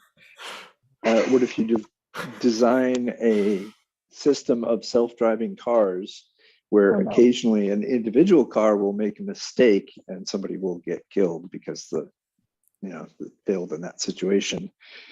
But on the whole, the system would be much more accurate than humans who are distracted by all sorts of stuff all the time. So it's sort of a trolley car problem right there. Like, we're going to cause individual lives that people will die, but we're going to save more lives in the aggregate. But that is a really small, it feels really hollow to the individual. Like, so if you lost a parent to a self-driving car, you're going to change sides on this debate pretty quick. Are you saying because all the car accidents that happen now, nobody's causing them to happen? Let's say 500 of them happen in a day, but if you do the self-driving car, 250 are going to happen every day, but it's that predetermined knowledge, but it is less than the ones that you're not. Right.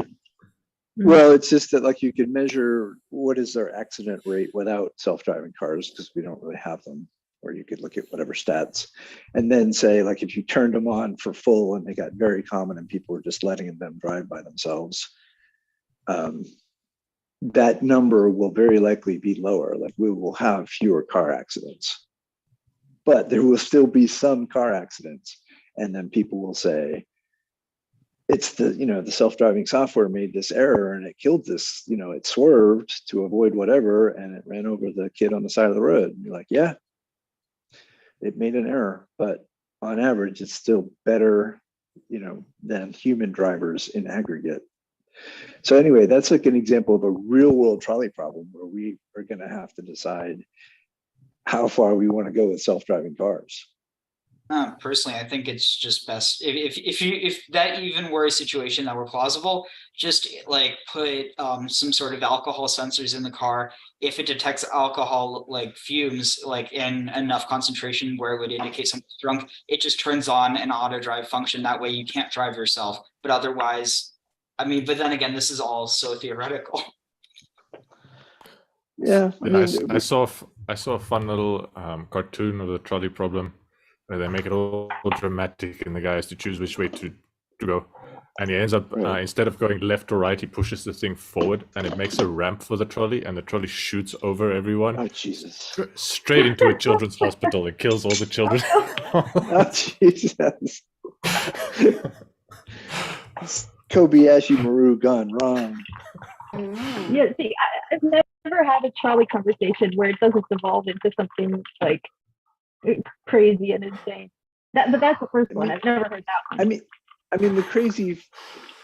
The examples that are given for the discussion for philosophical purposes is intentionally very contrived. And then so when people will say, like, oh, that's very contrived, that wouldn't happen, you're like, yeah, but it doesn't mean that the general problem doesn't exist. It's, this problem of having to weigh, instantaneous benefit versus giant diffuse benefit, or that there is something there that you can discuss. It's not just a philosophical problem. True. There is a functionality to having this conversation.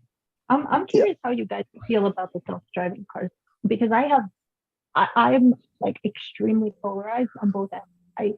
I've driven in one of them and I love the experience, but the idea that somebody else can have control of my car, like, really I'm just like, no.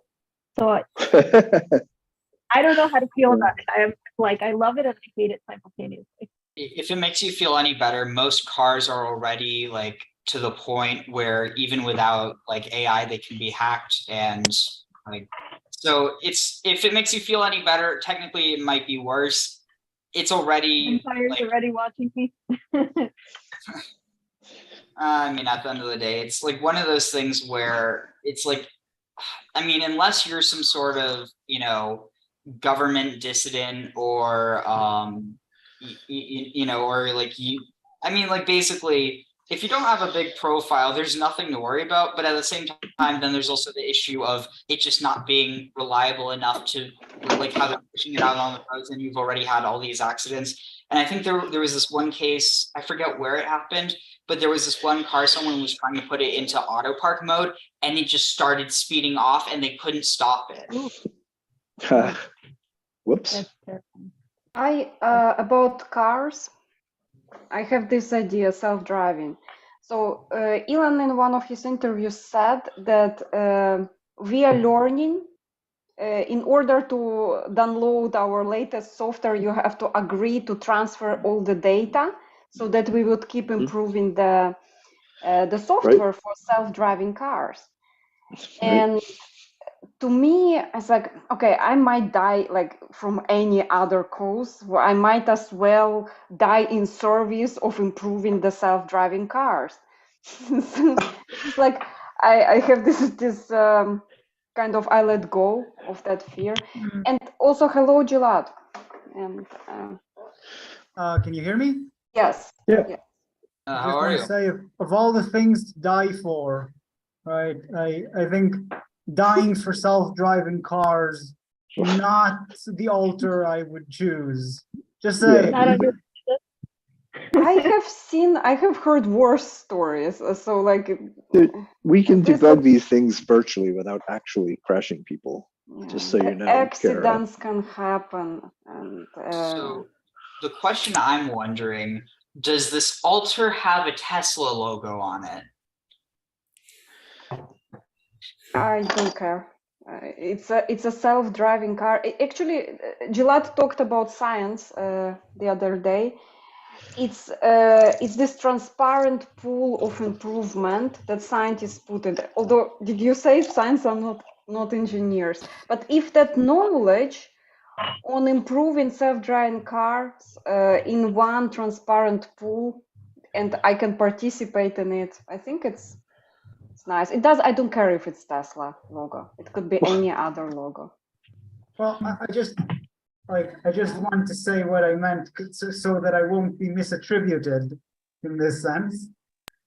It was a talk about science and the scientific revolution, and one of the things that science came up against is like alchemy and magic, and where your knowledge was blocked off until you reached a certain status, and like you had to be initiated into the secrets of these like higher end alchemical things, whereas science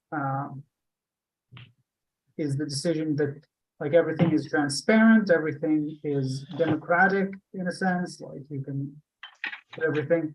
I'm not sure whether that's necessarily the case with self-driving cars, and I think it's a real discussion about the level of trust that has been eroded. Because for me, when someone tells me, we'll take your anonymous data to improve the world, I generally just don't believe them, because they have, like, I'm saying they generally, but this situation has happened so many times, and the data was not anonymous, did not improve the world, and was not used in a transparent way. So do you have a cell phone though? I do have a cell phone. Like a smartphone level smartphone? I tried to keep away from a smartphone for as long as I could, but then at some point my phone broke and I had to get a smartphone, but have the minimal amount of apps on it. But my point is, like, just like for myself, when I started using a smartphone and stuff, whenever every discussion I'd have about like, oh, privacy, and I'm sharing this, and they're not, telling me what they're doing with this data, and they're probably, making models of me and everything else so they can learn how to manipulate me.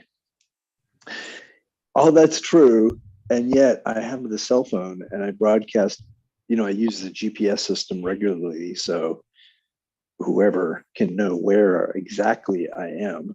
how often I use my phone, what I watch on my phone, everything I've ever listened to, things I liked because I marked it and said I liked it.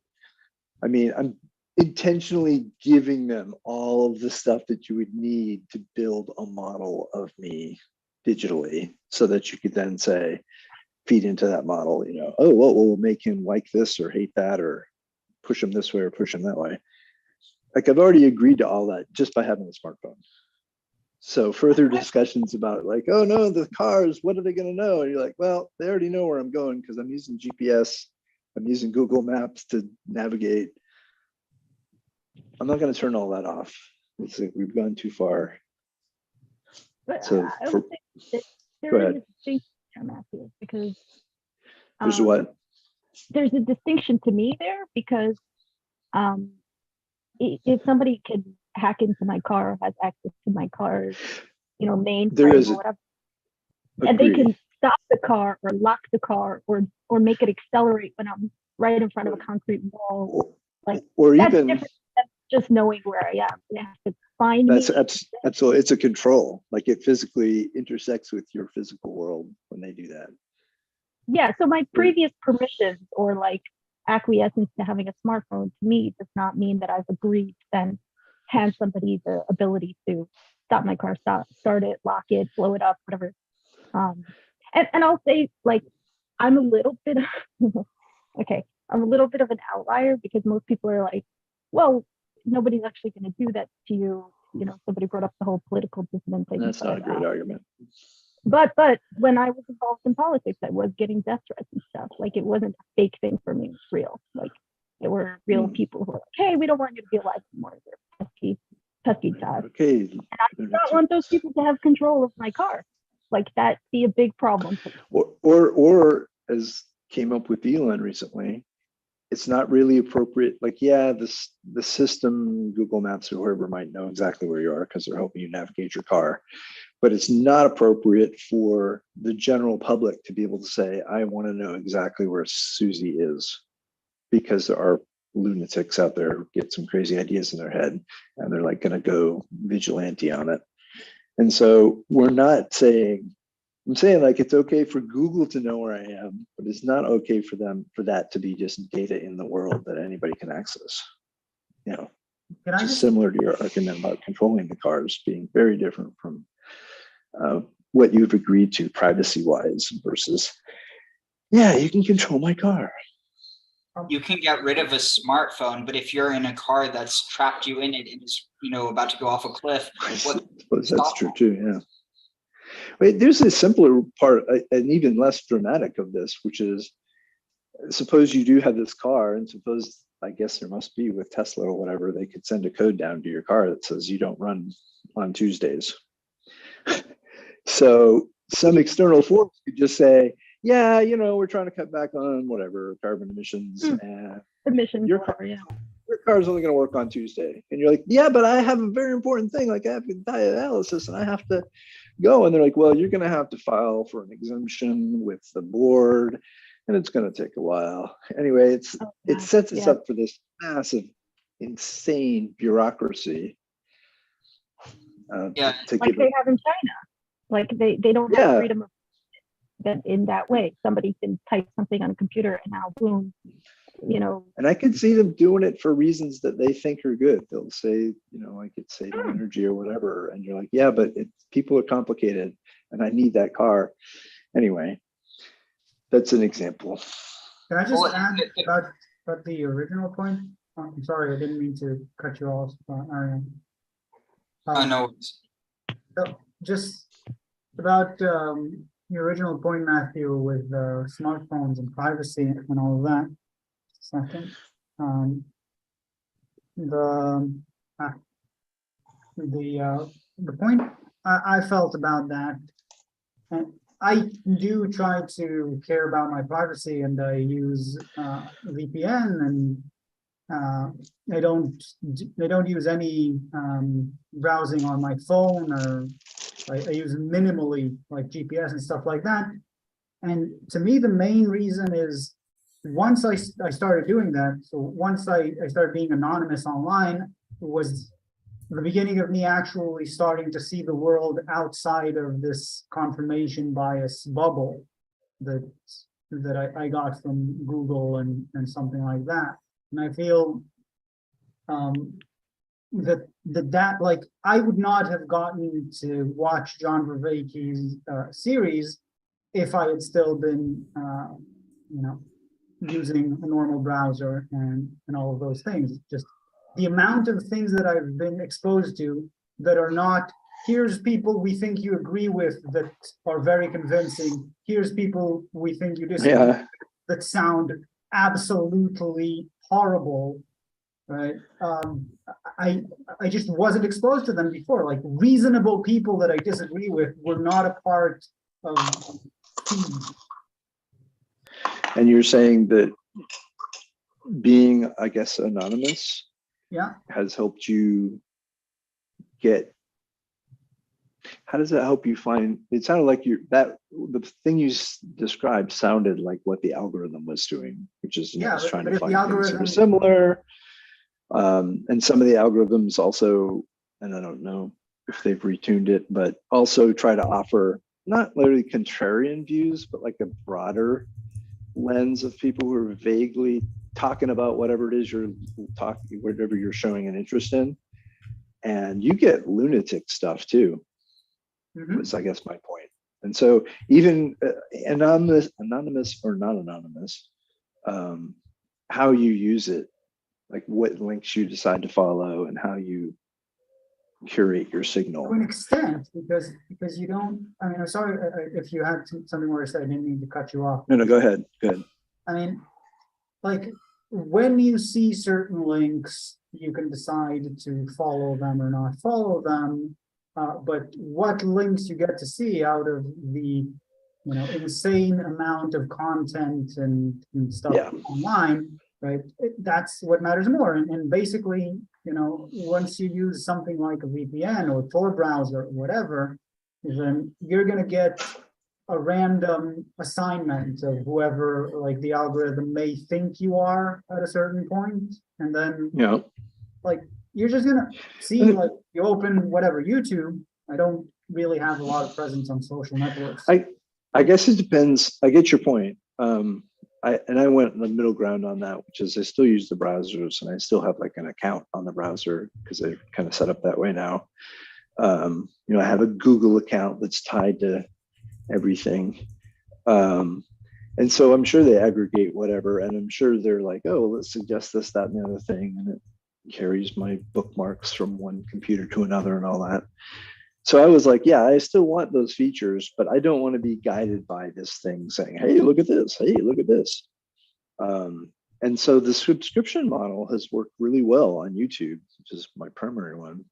So, I mean, I'm choosing who I'm subscribing to. And then there's one of the normal views on YouTube where you're basically, it's only showing you stuff from stuff you're subscribed to.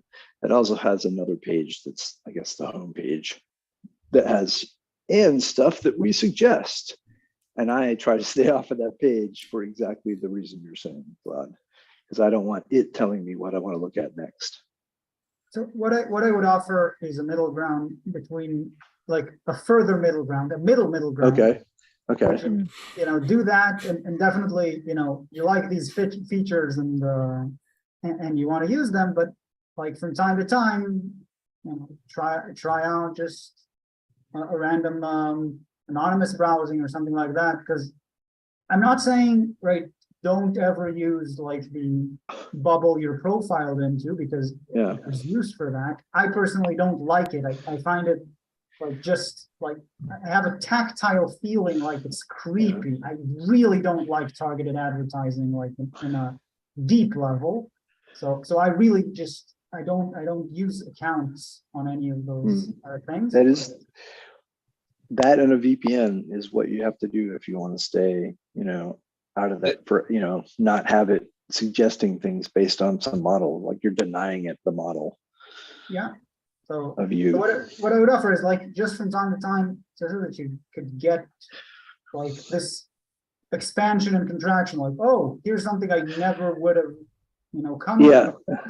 And let's add that, but shrink it again to something less. Like a the place that I find really useful to get those other links, as it were, are stuff like these conversations in Discord and whatnot. So somebody will say, oh, have you heard so and so? I liked his video that he put out, and then I'll say, oh, all right, and I'll put that sort of in my watch list, or I'll go on one of the Discords that I like, a community that has people who are interested in whatever theory of everything or something.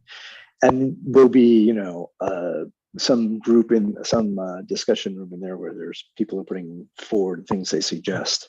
And so now I'm sort of filtering it by the communities I get the links from, but it's like using human algorithm of humans that are at least hanging out in the same sort of discords that I would hang out in.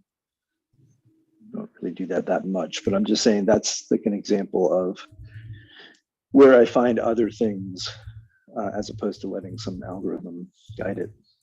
I think that's one of the reasons why Discord is really useful, as opposed to, because it's not really a social media platform in the typical sense. It's a hosting platform, but it's more so like there aren't really algorithms that define it, and like, the community is a lot more. It depends on each server. Like every individual server has its own culture. But the other thing I was going to say before we got too far off from that, like an even more realistic example of what you were saying, Matthew. Mercedes-Benz, one of their newest cars has a seat warming feature that you have to pay to unlock. So this is a feature. Oh, nice. Yeah, a feature in a car that you bought that you have to pay to unlock. And this is all because it's it's enabled, or I forget exactly what it is, but yeah, it's kind of a non-problem because if you're already buying the Mercedes, I bet you don't care. Yeah, but I get your point of like we're going to keep some remote controls. I feel the same way about like the Teslas. They do like software updates. So if Tesla, the company, just said, those 2022 models, we changed the way the software works. We're not going to support the old ones. What does that mean? Like your car is not going to work anymore. It's never going to get an update. Kind of like the forced obsolescence that I think Apple actually got sued over this, because there's like a code where after a certain amount of time it stops like working as efficiently, and basically makes it where you have to get a new one. Yeah, but any of these things, it's interesting that like that's an example of a subtle control where they can control your seats. Yeah, pay us money, we'll turn them on. Yeah, it's interesting to see how planned obsolescence has been sort of weaponized as a tool of control. We're like, we didn't really have planned obsolescence as a cultural thing 30 years ago in the United States. And now it's like the norm, kind of expected. It's going to come from businesses that are trying to grow, like we sold 1,000 widgets, but if we want to sell 100,000 widgets, we got to make them not last. So the people who bought them the first time buy them again. And that like pushes us into all these crazy single-use things that we once said were bad ideas, like Keurig K-cups. In the 70s, a person who was like, I recycle, they would look at a Keurig K-cup and say, oh, we'll never do that. That would be a terrible idea. The future people will be smart and we'll use, highly recyclable things. And then we didn't do that. Instead, we reinstituted all these single-use wrappers and everything else. Create more trash than ever. Guys, I want to ask very quickly, Gilad, a question. What did you think of your 2022? Yeah, good. On a thematic? Yeah, it was a better year, I guess, than the previous ones.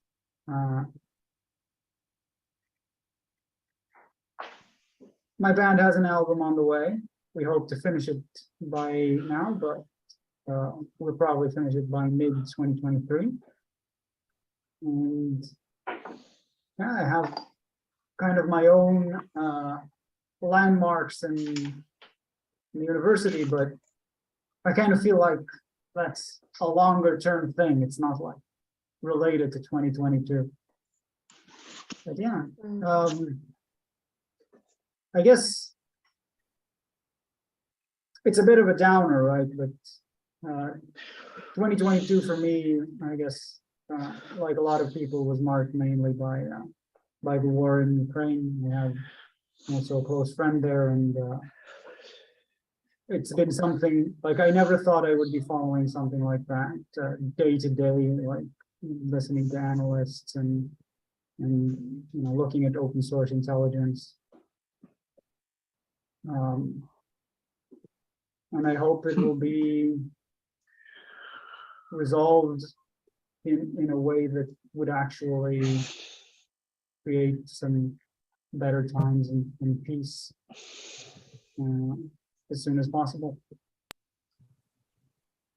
That's the thing that gives me comfort somehow, that there is hope that all of that might be used in order to create like better future for people. Like I keep holding on to that like almost desperately. I'm kind of happy by the end of 2022. Honestly, because I like my mom and grandma and stepdad and all the cats, they evacuated again. My mom is at the seaside, but in a safer place that doesn't yet have all the activity. Hopefully, it will not come there. Yeah. How are the chickens? Oh my dear. Sorry. Yeah. Like my sister here, like she's here in that house, just like in a different apartment.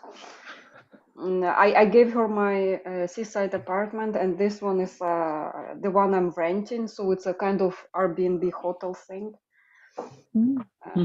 Yeah. Don't look for those pictures. So to find out the address. Luckily, I don't have stalkers anymore, which is good. Yeah. You don't have what anymore? Stalkers. Oh, I had stalkers. IRL Okay. stalkers, but COVID chased them away. I'll give you COVID. Stay away from me. No, I was traveling. People thought COVID was only negative. Think how many people managed to lose their stalkers finally after so much work. Like, COVID saved me. Looking for the silver lining there.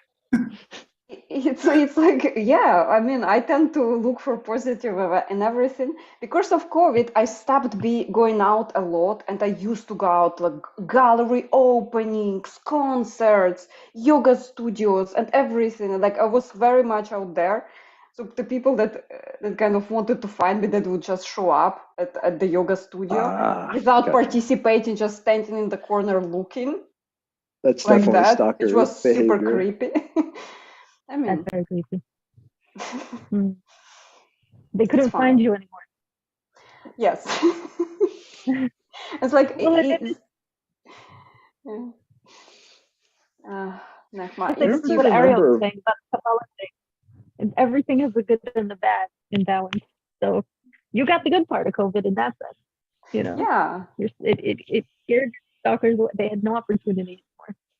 Yeah. It's nice. Like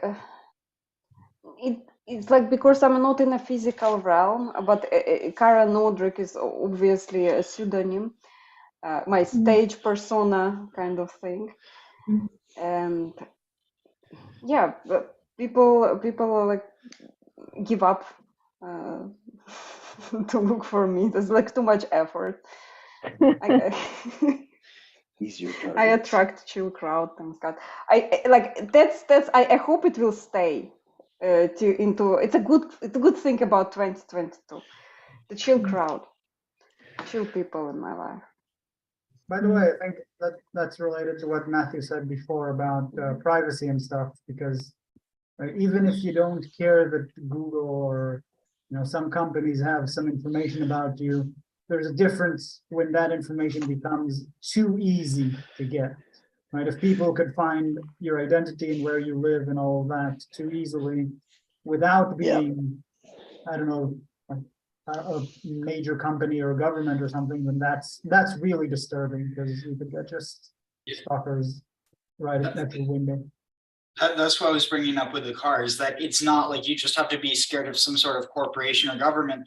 If they're vulnerable to that, they're potentially vulnerable to anyone who has savvy to hack it. Yeah, anybody who's willing to pay for the data, hypothetically speaking. True. I really hope that kind of longer term utilities, like really good hand watches would come back into fashion. The ones that last your entire life. Yeah. I really want those kinds of things that don't have any designed or forced obsolescence. Did you say watches? Yeah.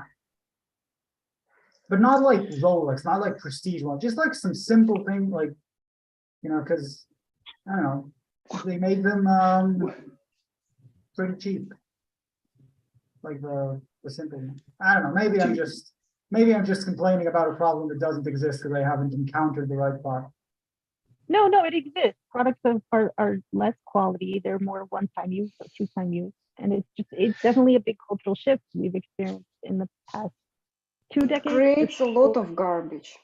I've done my own cultural shift on that, which is one, I don't buy like the super high end stuff because it's almost never worth the money for the level of improvement. And I do consider in things that I buy, like whether, what I think the planned obsolescence is. And I guess I adopted the latest model a whole lot slower than the mass. Like I would pride myself on saying, I have this iPhone and it's ancient. Actually, I have a pretty new phone, but just as an example. Whereas a friend of mine was getting whatever the latest iPhone was, and I was like, what are you upgrading from? And he's like, oh, the last model. I'm like, so is it broken? He's like, no, it's a perfectly fine thing. He just wanted the newest thing, and that's the culture and the trend that he lives in. And I'm like, yeah, I mean, I like to have a cell phone, but I don't have to do this. I don't have to obsolete it as fast as they push you to obsolete it. I don't have to play along. My previous phone, I actually had to switch to another one because I had it for like almost a decade.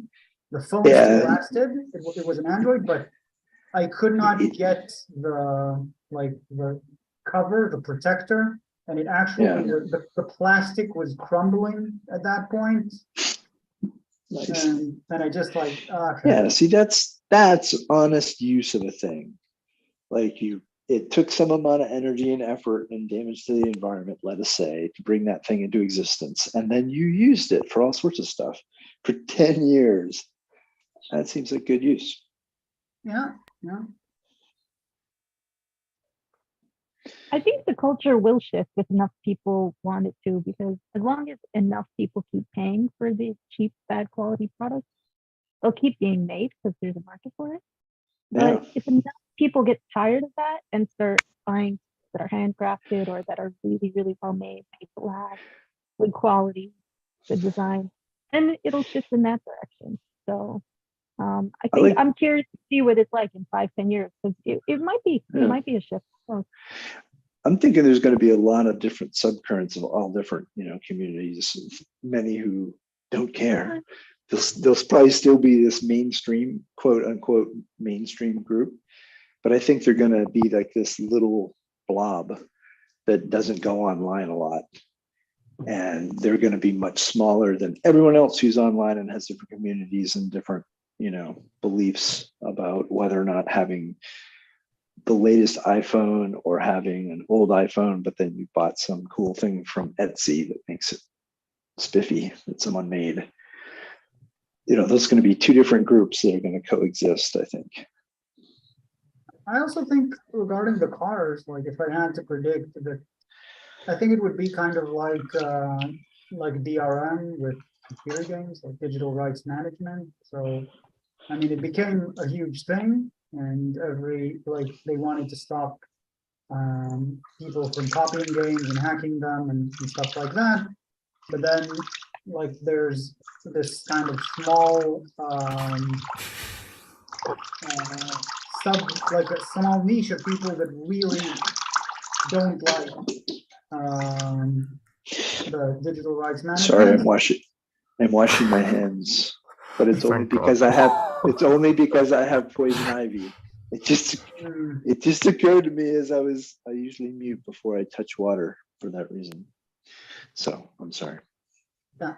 So I just think it would be the same, like it would be a marketing thing, at least by someone, to say like, we have like a car that you completely control, like, and would be like on the bill, or like no external unlockables, whatever, full controls of and I think like there'll probably be enough people to hold up that kind of company or that kind of product.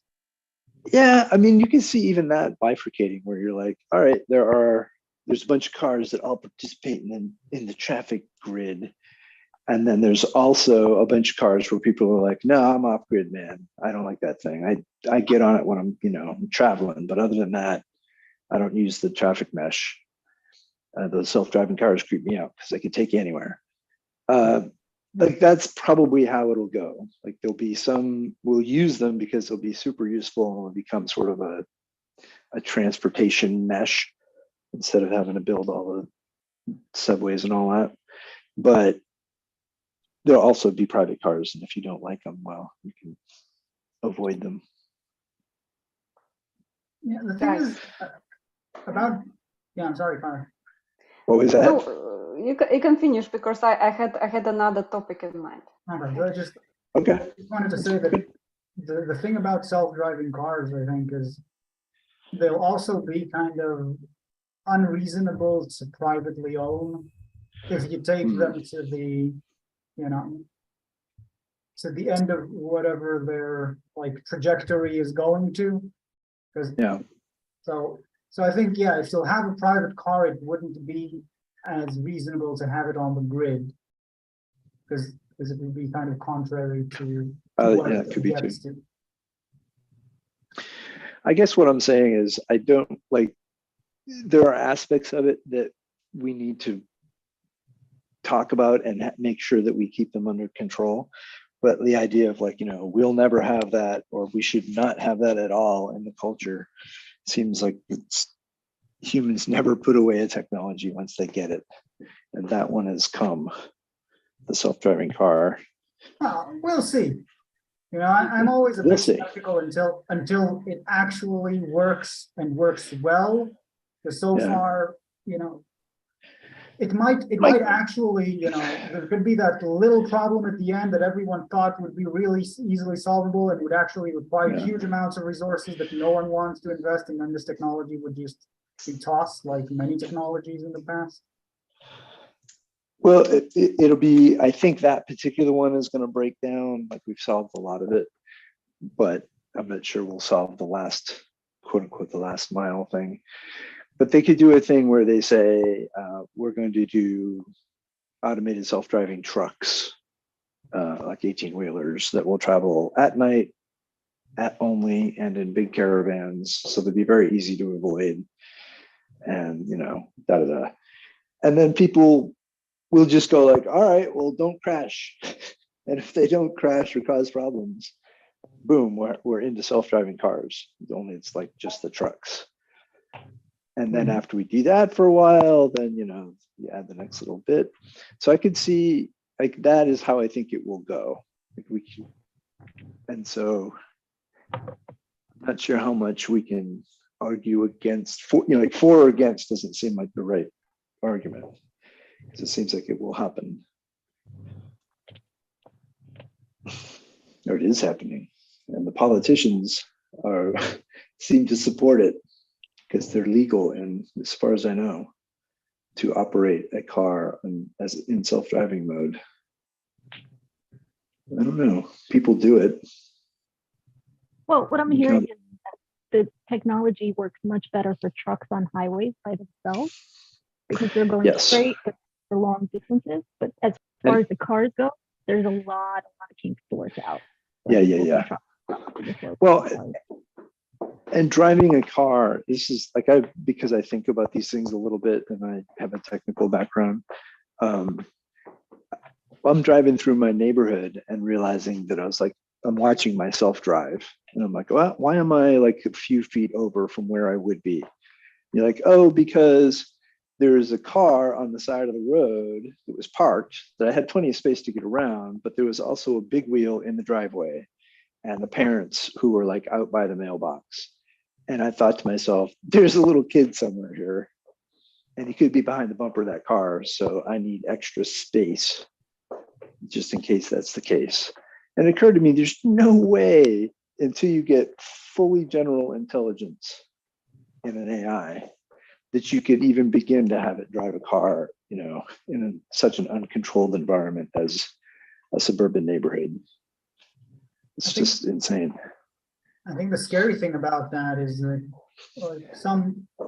some people seem to be going into the direction of using that to kind of pin the blame on the pedestrians, right? Like we're gonna have cars, that run according to the algorithm, and if they end up hitting you, it's your fault or something. There's a lot How of dare you be in the way of my car? yeah, Something like that. Yeah, you stepped into the automated traffic lane. What do you expect? Yeah, I suppose somebody might make that argument. exactly. Karen, That's what the thing that kind of, The other side of this is true too. There's a fun example of going the other way, where the technology is getting unduly skewered, and it's there was a case where somebody was on the side of the road and they on a bicycle, and the car hit the bicyclist, like T-boned them at about 45 miles an hour. And you're like, how in the world can that happen? And then I watched, and they had the video, like the dash cam video, which is actual, I guess, input video to the AI, plus with whatever rangefinder sensors it has. Anyway, you could kind of see what the computer saw, and imagine yourself driving the car. And so when they play the video, you're like, there's no way, like no human on the planet, except maybe Mario Andretti, would have missed this woman who was on the bicycle.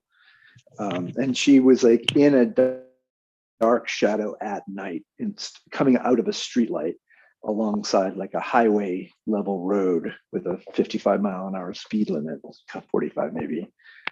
Anyway, she goes from shadow to light right in front of the car. Like she pops out of the shadow on her bicycle because I don't think she was well.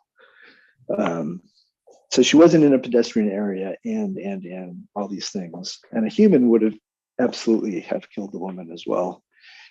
But it was put forth as an example of a failure of the system. And in that case, I've sort of tried to find all the cases and look at the details to judge them for myself. And that's one where I don't think you could do any better. For me, it's more about like the issues that it brings up, like when that happens. So I think one of the interesting things is that we're not sure what questions to ask. Yeah. And that's interesting in itself. We don't have a lot of say is presently the case as well. Like if a bunch of people are complaining and saying, oh no, don't make the next generation of cars with the automatic whatever. I don't know that industry would listen to them. They just would do whatever is working for the industry. And if making all the cars remote controllable is in their favor or some government is requiring it, then they're like, all right.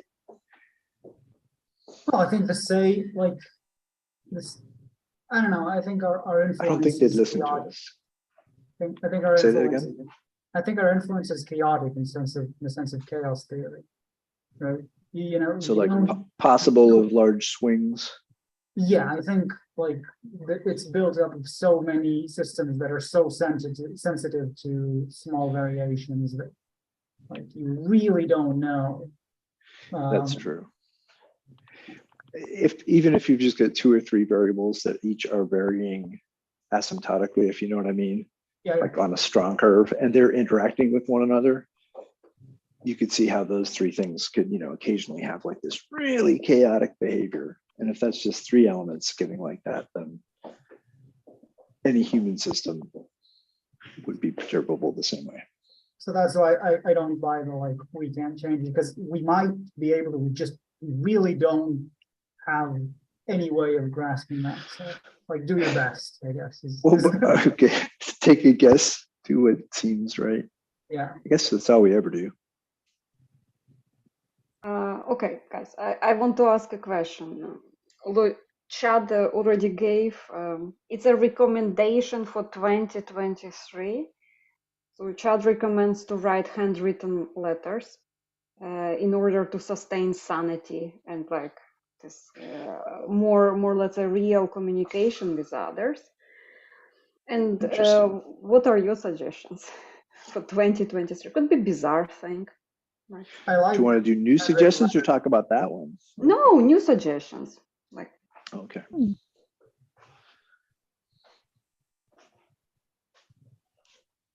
New things to do for 2023 for us personally, or what we're recommending to others?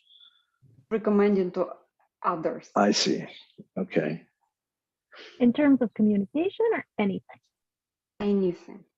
Anything. Guys, Like could be a recommendation to wash your ears every day. Okay.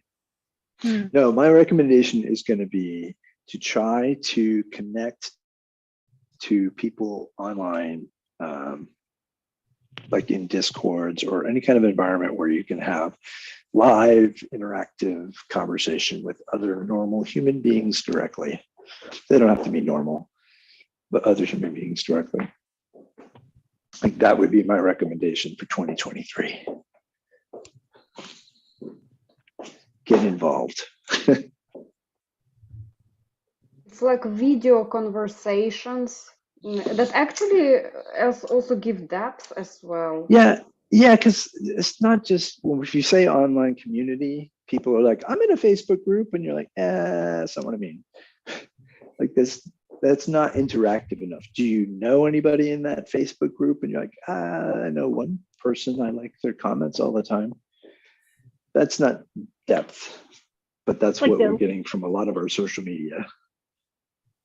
Okay, so you're making an argument for deeper connection, not just the illusion. Yeah, right. Okay. To I will say, Matthew, connect with other people online somehow. That's not superficial. I'm curious if you've had this experience, because I've noticed I was in Discord for a couple of months and then I ran away. Me but too. I noticed, yeah, I noticed that the conversations without video, people had a much harder, myself included, had a much harder time, like, you know, staying respectful, let's say, for lack of a better word, or just keeping ourselves regulated. Whereas with video, it was just like the person in front of you is more real. You can see their body language. So, yeah. You could read their expression, and then if they're saying something that you're like, what? You can interrupt people. Like just someone saying, what? Can often be like it breaks where the person then goes, oh, well, you know, I didn't mean like, you know, they can correct themselves, or they could remove an absolute from their sentence or whatever they were saying. And it can be done with humor and lightly and in the moment. And then, you know, it doesn't build up to this crescendo of you're horrible. Yeah, that tension. Conversation is like that. And this online, like I make a comment, you make a comment, I make a comment, you make a comment, doesn't seem to resolve very well. Like people take time, they construct really good barbs at one another. It doesn't make for conversation. I like that. I guess my recommendation for 2023 is find something you like and are excited about. Let's say something in the art realm, like a game, movie, a TV show, whatever. And then find a way to like articulate what you like about it to someone else.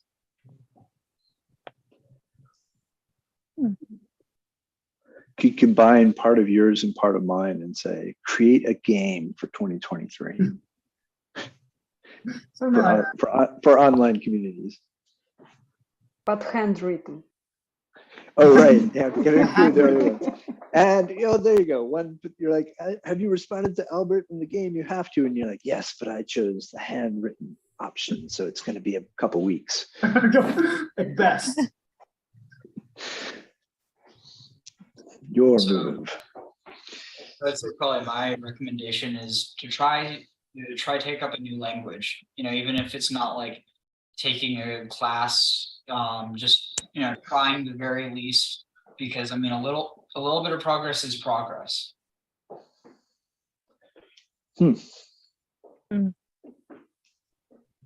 Latin. That's a good one. Yeah, any language, Klingon. No. Just engage your brain in a way that you haven't before. Ooh, talk to Chat GPT. Oh man. HMA. I think ChatGPT has managed to reach the point where I may not be sure whether it's a person, but I'm sure it's not a person I want to talk to. What? Wow. That's okay. You can insult the bots for now. They don't have feelings yet. Yeah, sure. They will come after you later after they develop them. Like it's that guy where you ask a simple question and he gives you like an answer that kind of like answers what you asked, but it's the most kind of dull way you could imagine. And like, why would I want to talk to you? You have nothing to add. I have been having the most amazing, I must have gotten a different version. Maybe that's it. Some people got the like Socrates version and other people got different. Mine, I'm talking to him and I'm like, da da da da, and then it understood exactly what I said, or it seemed to, I should say. Gave me back a response. It was somewhat structured. It's pretty clear that the way they've templatized the responses. But I was just like, okay, so this is where we're at. So let's just have a conversation. And it's got this encyclopedic knowledge of technical topics, which I loved, because I could drill into like microbiology and RNA and all sorts of stuff. And it would give me back basically in its responses the technical keywords that, that's what they call that. They'll say, oh, that's the nucleotide pool. And I'm like, oh, all right, didn't know what that was. So then I could ask it questions about the nucleotide pool and it would get into that.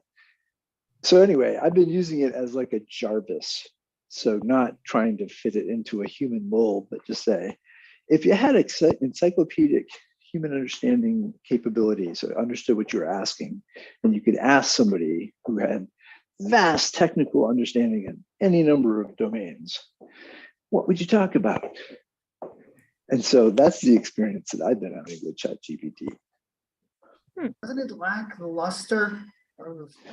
No. Well, I'm not trying to look at it as superhuman. I'm just amazed that I can conversationally say, da da da da, and then I'll give that thing a name, and it uses the substitution, and it's very natural. So it's like the Google search you always wish you'd had. But there's some level of interactivity, and I have been able to have, I would say, a small generative moment where I asked it I was looking for like the right name for this thing in some software for my project for 2023. And I would say together we came up with the thing, because in the verbose answer that it gave, some of the words really stood out to me, and I was like, oh yeah, that's what I want to call it. And so then anyway, we got excited about the fact that I had this little slogan that came out of it.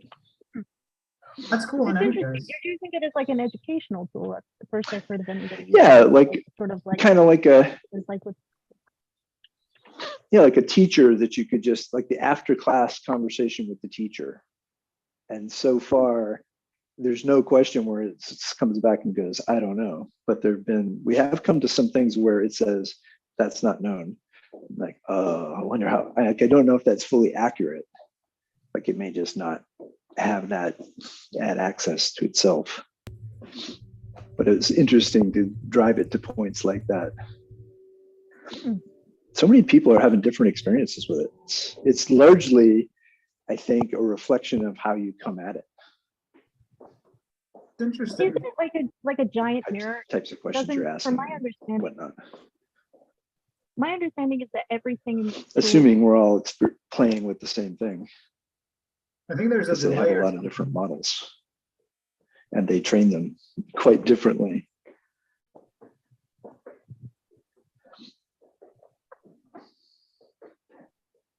So what were you saying, Tom? my understanding is that I don't have a lot of understanding here actually, was that it just is feeding us information back that we've fed it over the years. Like these, the last time I talked to these was I'm pulling it up now, July 2021. I had a terrifying conversation. It would be terrifying if the thing was real, but it's not real. It's just completely real. I had a crazy conversation with one. But yeah, my understanding is that as people type information, it's taking it in and it sort of acts like a mirror. That anything it generates sort of things that it's just like mushed together from what it's gotten from us, and then it just I don't know if that's correct. I think that's the core of it, yeah. And I think on top of that, they do some other things to make that smunged set of things that it generates less blob-like. So for example, like the answers that I'm getting tend to be the first paragraph sort of addresses the last thing that you were talking about, or tries to do a summary. And its summaries so far for me have been like, that is much better than I said it. But anyway, a summary, and then it'll do the center expansion points where it's taking each of my things. And that part is where I think it's just intersecting it with what other people have said about that, or some stuff that it quote read, that they fed it various articles to sort of train it up. So this does have a lot of that kind of quote knowledge, but it's not super structured. There's not like a database that says, here's this and here's what it means. It's, I think, more like, here's what some people wrote about something. And so exactly what you feed to it and exactly what it builds internally, I don't know, neural network structure. And then the fact that they can make that, clean up the language of it enough so that when we talk to it, wow, they did a great job with the language interface. I don't know how they did that. Your teacher analogy was interesting because, I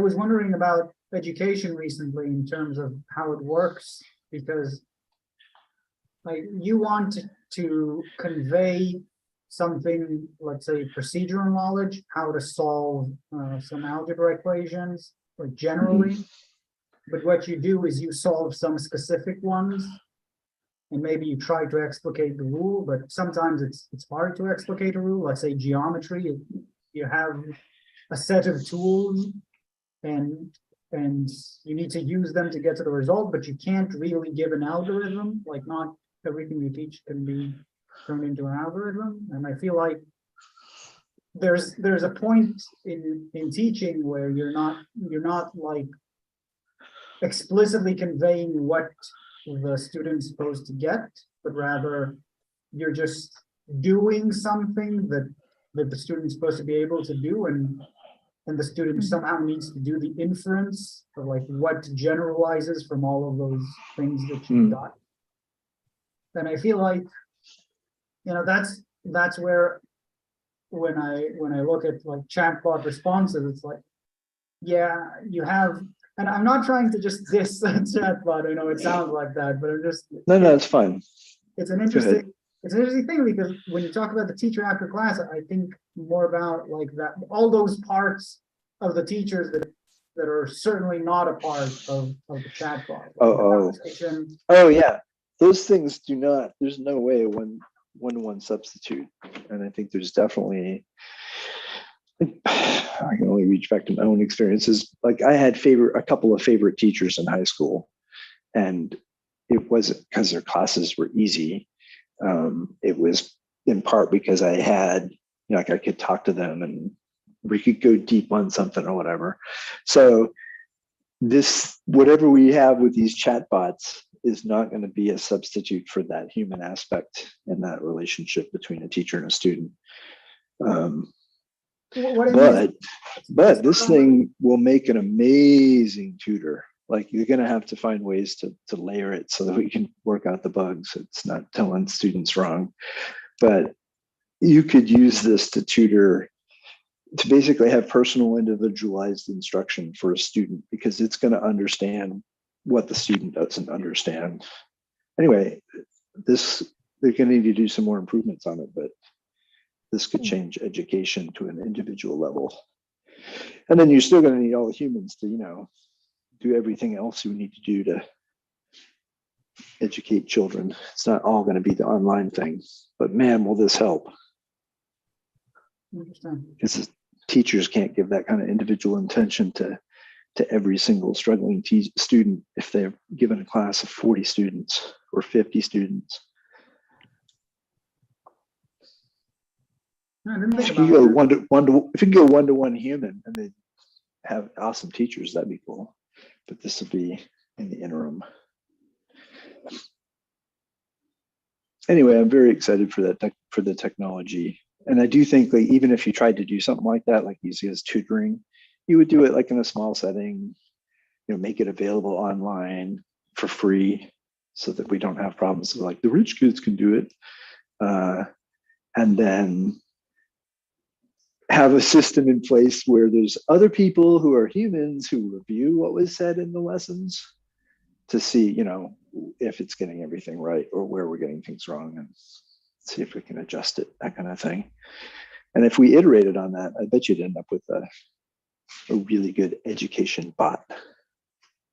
I wonder. I really do. I really wonder about that because of all the like evidence about the social nature of studying in general, like this effect. Nodrik talks about that you take a question that only 10% of students can answer, you put them in groups of 4, and like each group gets like 80% the chance to get the answer correctly.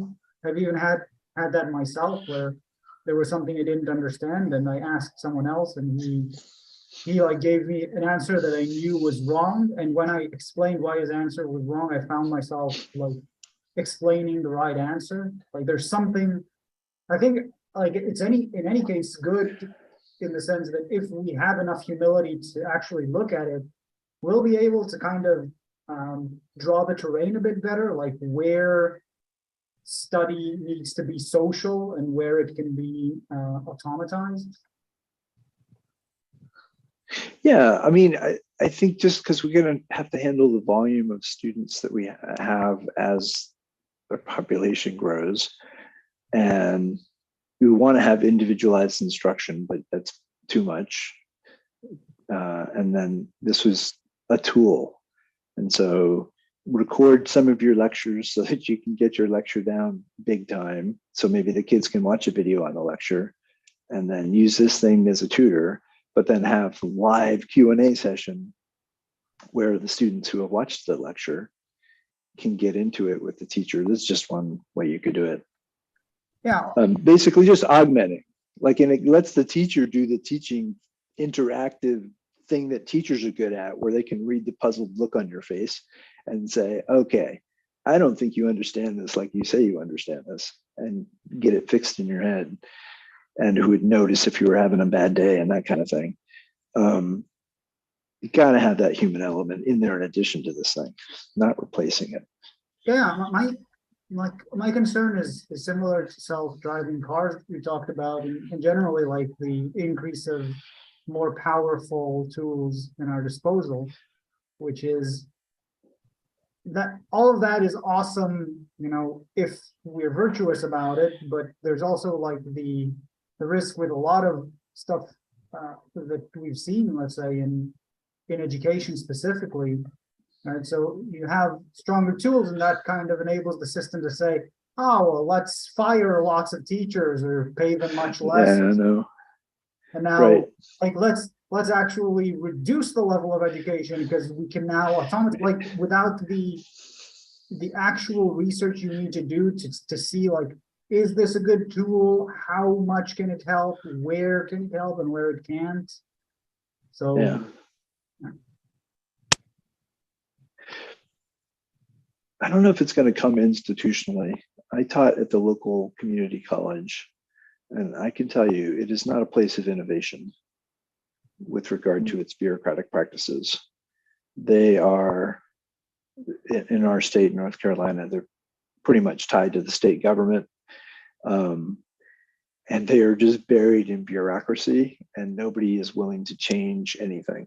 So if there's some procedure, we had one where the kids had to badge in to come to our help lab, and they had to write their name on a page. And I asked, why do they have to write their name on the page if they badge in? And they said, we just have this procedure that you have to do that. And I pushed it. I said, well, where do they go? And she's like, oh, we give them to Mary. I was like, well, what does Mary do with them? Like, she keeps them in a box in her office in the closet, and after 5 years we can throw them out. And the reason they have to do all this is because there's some law that was written back when that says you have to do all that. But the reason I bring up that whole story is because the bureaucracy couldn't even stop themselves from generating a box of useless signatures. These are not the people who are going to innovate education. that is very Kafka-esque. It's gonna come from somewhere else, maybe business. You know. Well, there's a lot of interest in education and businesses. It's really important. Like, you get new employees, and they have to, like, learn a lot of things, sometimes to the level of, let's say, several months of equivalent to a course, right? And that's a place where you could sometimes find educational innovation. Maybe it's going to get Ubered, you know, Uber. Yeah. Maybe it's going to get Ubered, where these kids will stop going to school and they're like, I'm not going to school. I'm using the Uber school network. Like, so I just take classes, I watch the videos, and then there's online tutors that I can get. And then after you get so many of these, then it's certified by the state, and, you know, I can pass all the normal state exams. And, you know, someone may say, that's how I got my education. And some of those Ubered things, if you will, could be like in-person tutoring or even in-person classes that someone's like, you know, I teach algebra and I'm an Uber algebra teacher. So that would be the education industry getting Ubered, where people just leave it behind. Sorry, cabs, no longer interested. I have another way to do this. I don't know. I think it kind of exists already. It does. I think it's growing under COVID, but you got to have all the some of the in-person stuff, because there are a lot of issues of just expecting you to sit a kid in front of a terminal and have that replace school. So that part doesn't exist well yet, that middle layer. There's also a lot of problems with certification generally. Mm-hmm. Once it's not.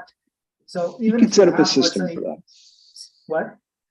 You could. I think a lot of that could be addressed. There are things to be addressed, because you don't want any Yahoo saying I can teach this, and then having I mean, even like having the students be certified to have passed the course, because like you have some people online.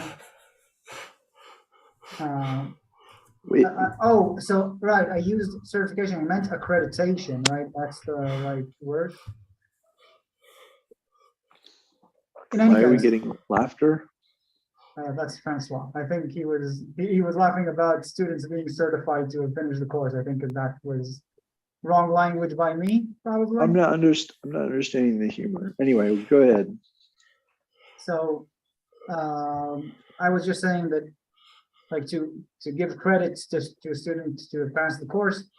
Let's say Yeah. even if there's an in-person test at the end of the course, like, it's different from having actually had a student in your class, throughout the course, and then them taking the test. Like, there's a lot of the current mechanisms we use to really make sure that I mean, it's the same person and they weren't cheating, yeah, and it would have to be done differently. And incidentally, it would be good if you instilled in the kids that they don't actually want to cheat all the time, because there's always going to be those little monsters will find ways. You could still do that. You could do it where they pass the course because they can demonstrate mastery of the material. I know it's not in fashion, but it could happen.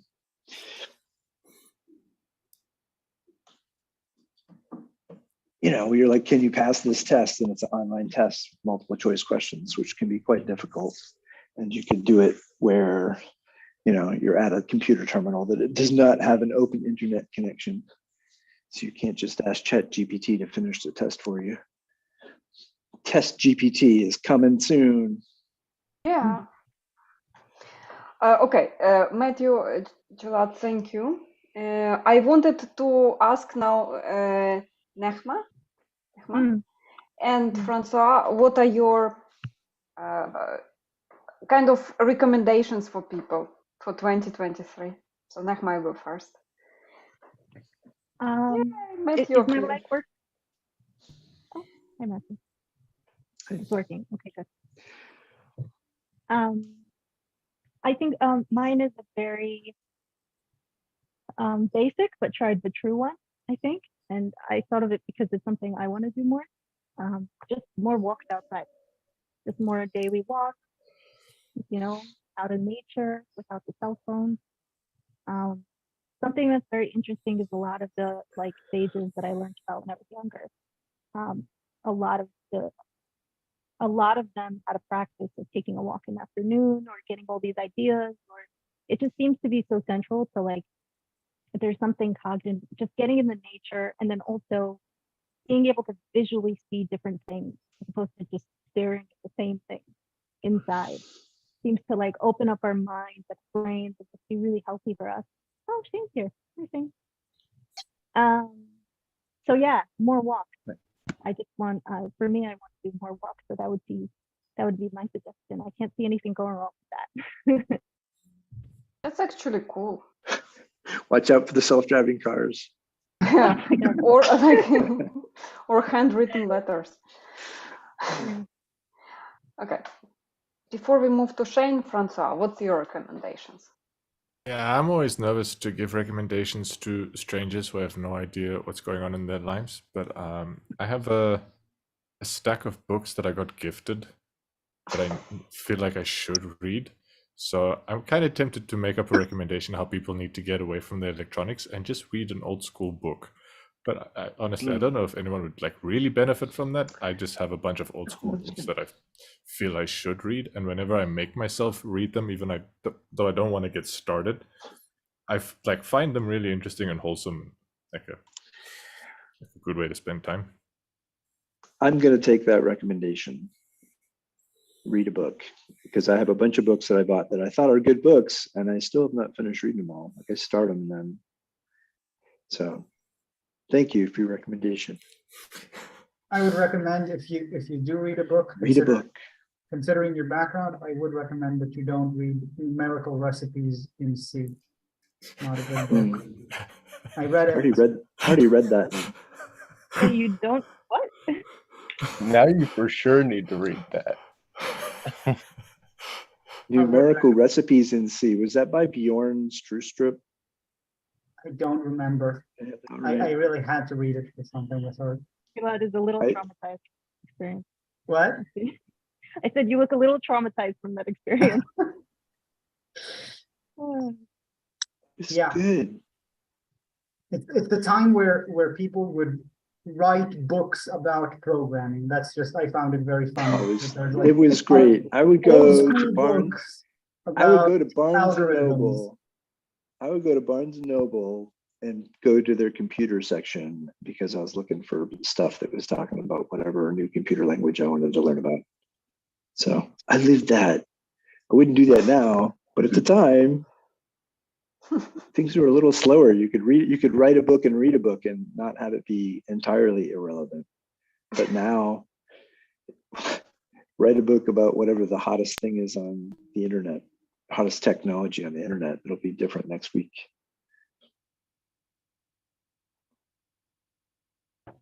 Okay, we have a newcomer here, Shane. Shane, the first question to you. Oh, beautiful book, Nechama. Yes, it's How technology and the internet. that's That's what I was reading that's today. the one. Yeah. Okay, Shane, how was your 2022 like? Amazing. Great. Good answer. And and another question to catch up. Good summary, actually. And another question to catch up. Wait, we can accept that, but if they just said like it sucked, will we accept that? We need more details. I'm afraid to ask.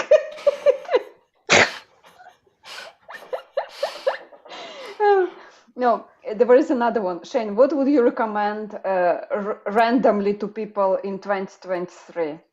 In 2023, Yes. Which is in, after tomorrow. follow me. No. Yeah, it's a great recommendation into the with their book.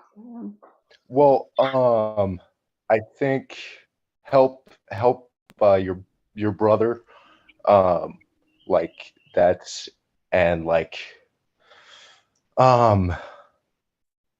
try and oh gosh,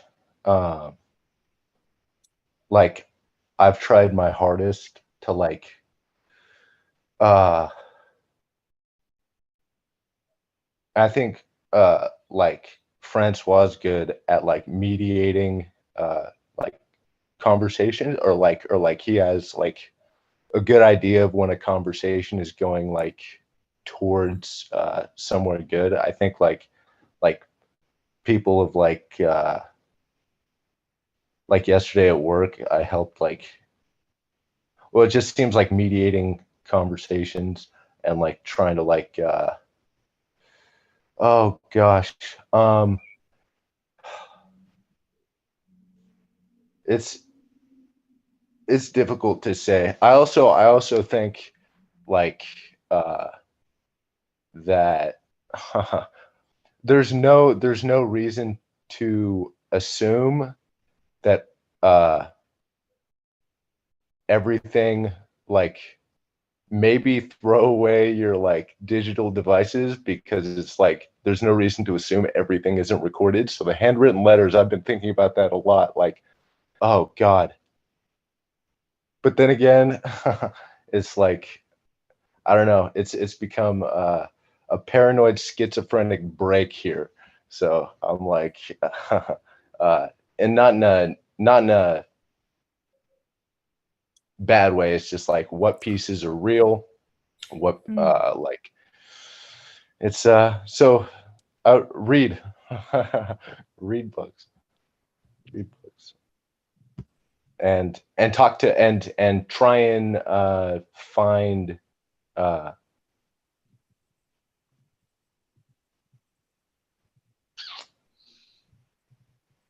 yeah, maybe like give people book recommendations. That's read a lot of books and give people book recommendations is like, I don't know. So I'm hearing you say start a book club. yeah. There you go. Hey, there's your online community.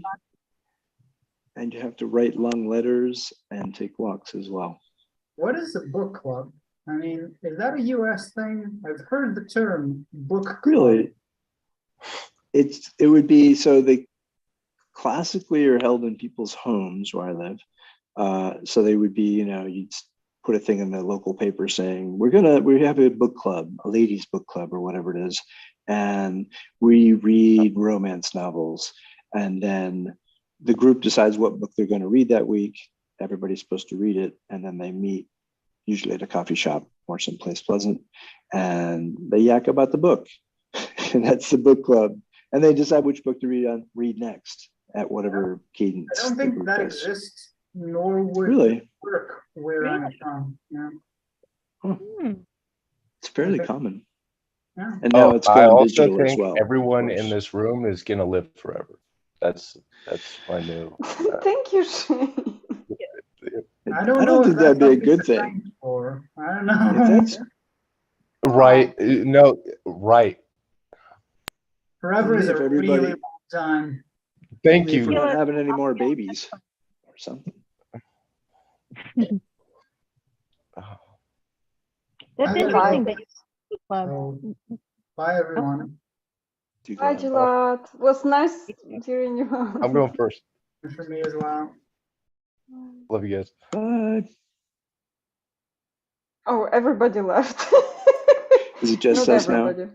No, it's fine. It's us 5 people. Ah, the Excellent. core group.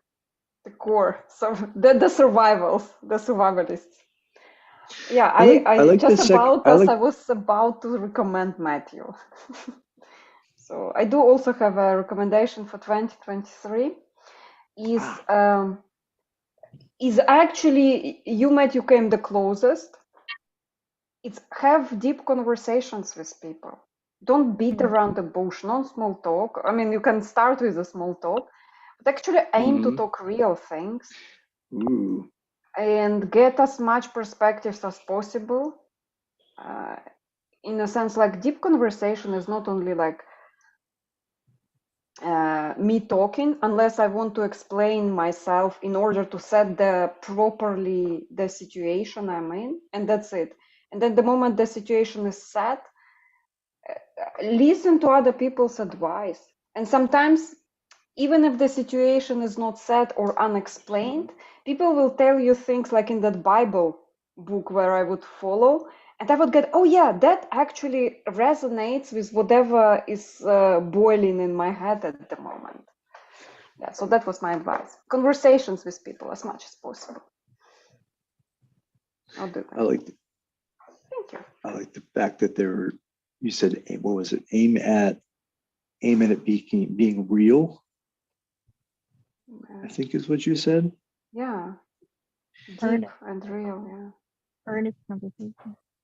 Frank conversation. Sincere. Earnest, frank, authentic is the one I usually end on. But they're all, I'm they so have little happy different to colors. enlarge my English vocabulary. So what do we have? Earnest, frank, sincere. Do we have sincere? Direct would Direct. probably be another, let's call it a synonym. Yeah. All the Honest synonyms. conversation would be another way to say it. Yeah. So like we're having a deep conversation. People would probably put that in the same category. Why do you think it's hard for us to have those conversations? And do you think there's something? Well, that would be my first question. I do think there's generally a reluctance. There are a few of my friends that, like, I've gotten into it a couple of times, but does feel like they don't want to go there. So the question is, why don't they want to go there? Like, why don't want to have this level of conversation about things? I don't know. I found myself, I can speak for myself, I yearned for it after a while, where things got so superficial with just television show and television series after series after series, that it occurred to me, I was like, I can't do this anymore. This has become my life, just watching these things and then talking about these things with my friends. Like, it dominated every conversation. So for myself, I turned it off, but my friends kept going. And so every conversation we would have, they would say, well, are you watching such and such? And I'm like, no. And they'll say, oh, there's this great scene where da da da da. And you're like, okay. And even their analysis of it was just going to be, oh, I liked it, or that person was hot, or it was funny. And I'm like, it's not the level of conversation, especially when face-to-face had gotten kind of rare during COVID. It felt like, oh, then when you get a chance to do face-to-face, even over Zoom, you don't want to talk about the latest TV show. But that was all they wanted to talk about. Mm. I'm not sure if it was just familiarity or if it was reluctance to, because you can get into topics where you're like, I don't really want to know how I feel about that. Like they've maybe not gone there, but they can feel that it's not going to be a happy thing. So their intuition just don't talk about that. I used to be in a group discussing Raylo. So Raylo is a oh, hi Cordelh. Raylo is a guilty pleasure thing. It's Kylo Ren and Rey, and so I was in a group of sheepers, and we would discuss character development. And so yeah, Cordelh, is your microphone working? I have a couple of questions for you. Yeah. So Cordelh, how was your 2022? Oh wait, I need to mute YouTube. That's why I was confused. Sorry. I was hearing you guys in other. With a delay. Yes, sorry. How's it going? Hi, everybody. Happy Merry Christmas, Happy New Year to come. Can you still hear me? Yeah, awesome. I wish I was already celebrating. Cheers. So, dude, how was your 2022? I know it's a trick question. You can say awesome. It was the best. It was crazy, insane, the best. It's like if there was a roller coaster and you actually had to pay to die of a heart attack while doing it, it would be like that, but times 10, perhaps 100 or more, you know, like perhaps even exponentially bigger and bigger as the year went on. Although it did start pretty fighty, pretty hardcore. I mean, we started 2022 with basically war, death, and disease. Exactly, all the things. But it got better so far. Wait, it got better now, or it will get better?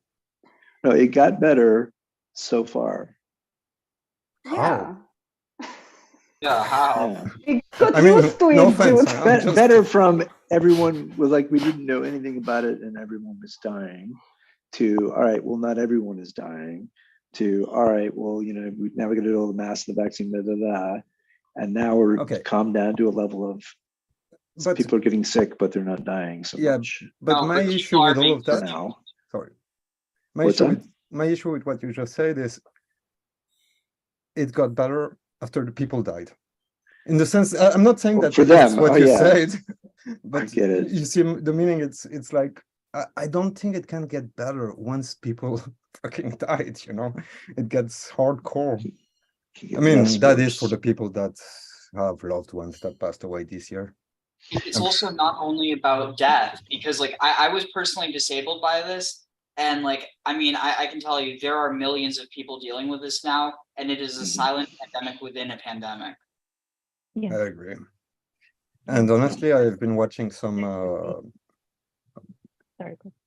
Oh, go ahead, please. I'm sorry I cut at you. No, I was just tagging on to what Ariel said. My sister's staying with me now, and she's still disabled from the illness. And Yeah, that long COVID thing, it looks sort of scary. Pretty intense. This happened back during the during the Spanish flu as well.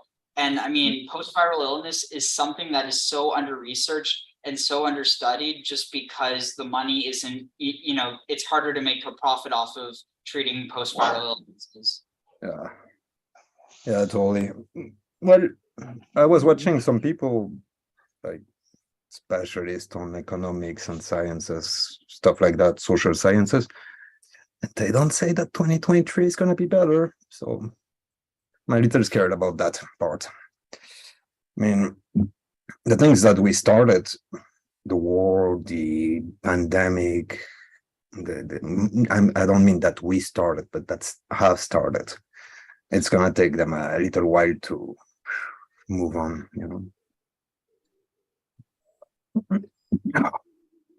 So that's the question, I guess, would be, will it, in the end, we won't know till it's over, but is 2023 going to feel more like we were recovering from something, or is it going to feel like it was just the next year and something? I think it's gonna be a next year. It's really bad. I think so, because I'm hopeful it's going to be a healing thing, but on the end, yeah, but the requirement for a healing thing would be world peace, or sort of, some sort of world peace. Then there would be, sorry.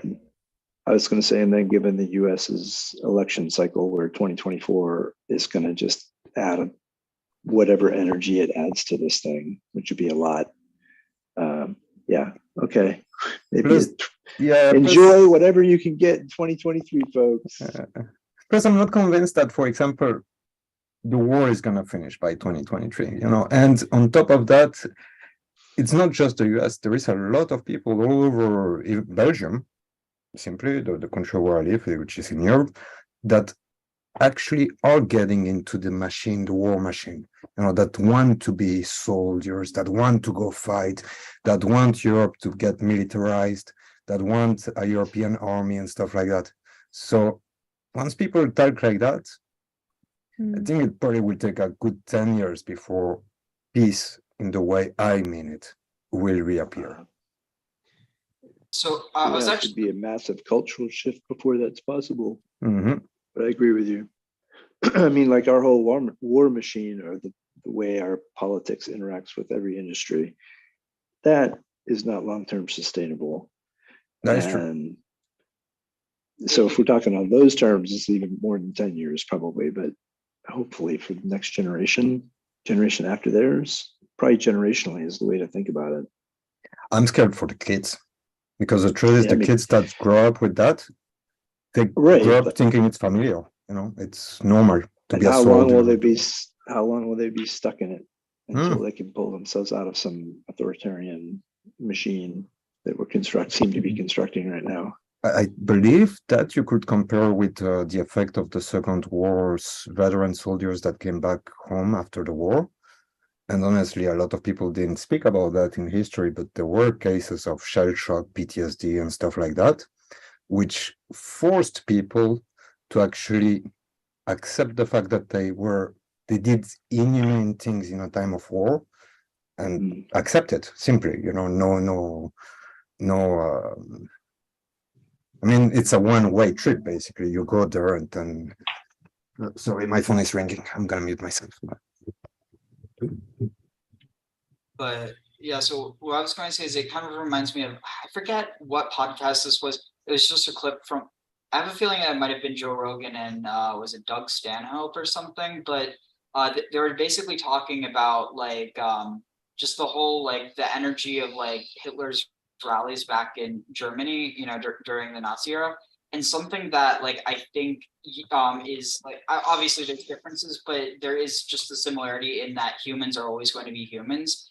It's that once people start getting waked up into this frenzy, it's not it takes a lot of effort to bring them back down from it. For instance, the amount of the level of denazification that had to happen in Europe, and then that stuff yeah, and I mean sorry, what? Oh, I was just thinking, it occurred to me as you said denazification. I was like, so at some point we're like, you're a Nazi, and but if we give you some training or whatever denazification is, then you're not. And just the whole idea of the labels and it's all part of the frenzy and the fury that you were pointing at. And it seems to me like people doing that, which apparently is a people thing, maybe people do that naturally in waves over time. And we're just in one of those times where, it builds up after a while. And as you say, it's a lot of energy. And it probably normally erupts in war, and that calms it down. There could be other ways. but so far not.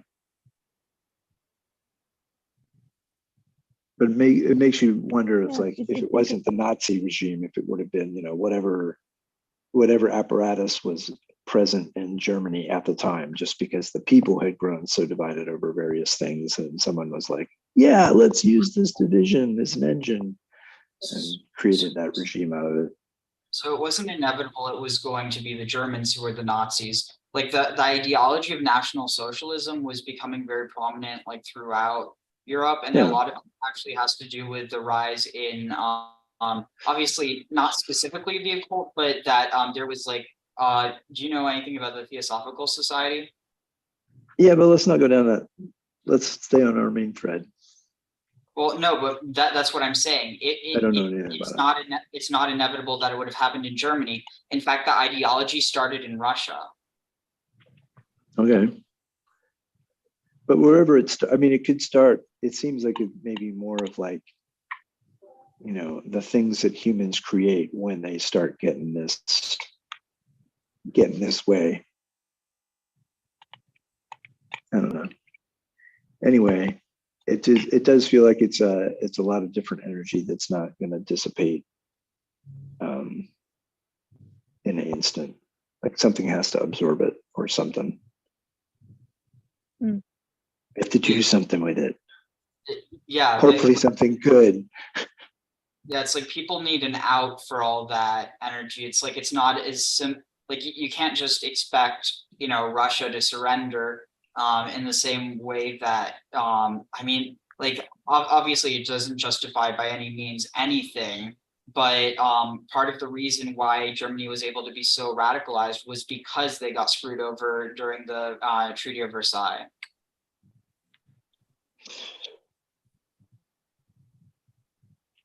So like at the end of the day, the thing is there needs to be some sort of productive outlet that enables that that it's not easier to just fall back onto, oh, look what the West did to Russia or whatever in response for Ukraine.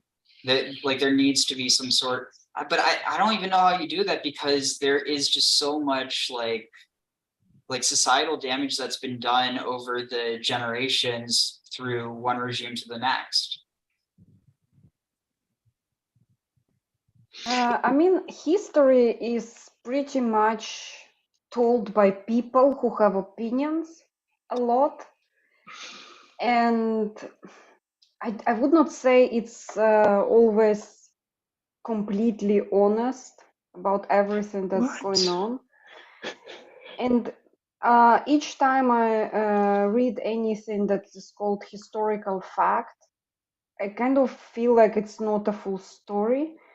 So it's hard for me to 100% know exactly, but obviously there are facts that are undeniable about history. That those are real fact. People died really bad. That's really, really bad. Houses being destroyed. That's really, really bad. And building an entire. Oh, sorry. Go ahead. Yeah, but like, why it's still happening? I don't understand. Like, how I was going to say, build an entire industry to construct the weapons of war. Mm-hmm. Where does that go? You're like that. Just the fact that we have that, and we don't think about it. We're just like, yeah, you got to have that. Is nuts. Like, it only leads to war. Exactly. I think by now they're building is good for.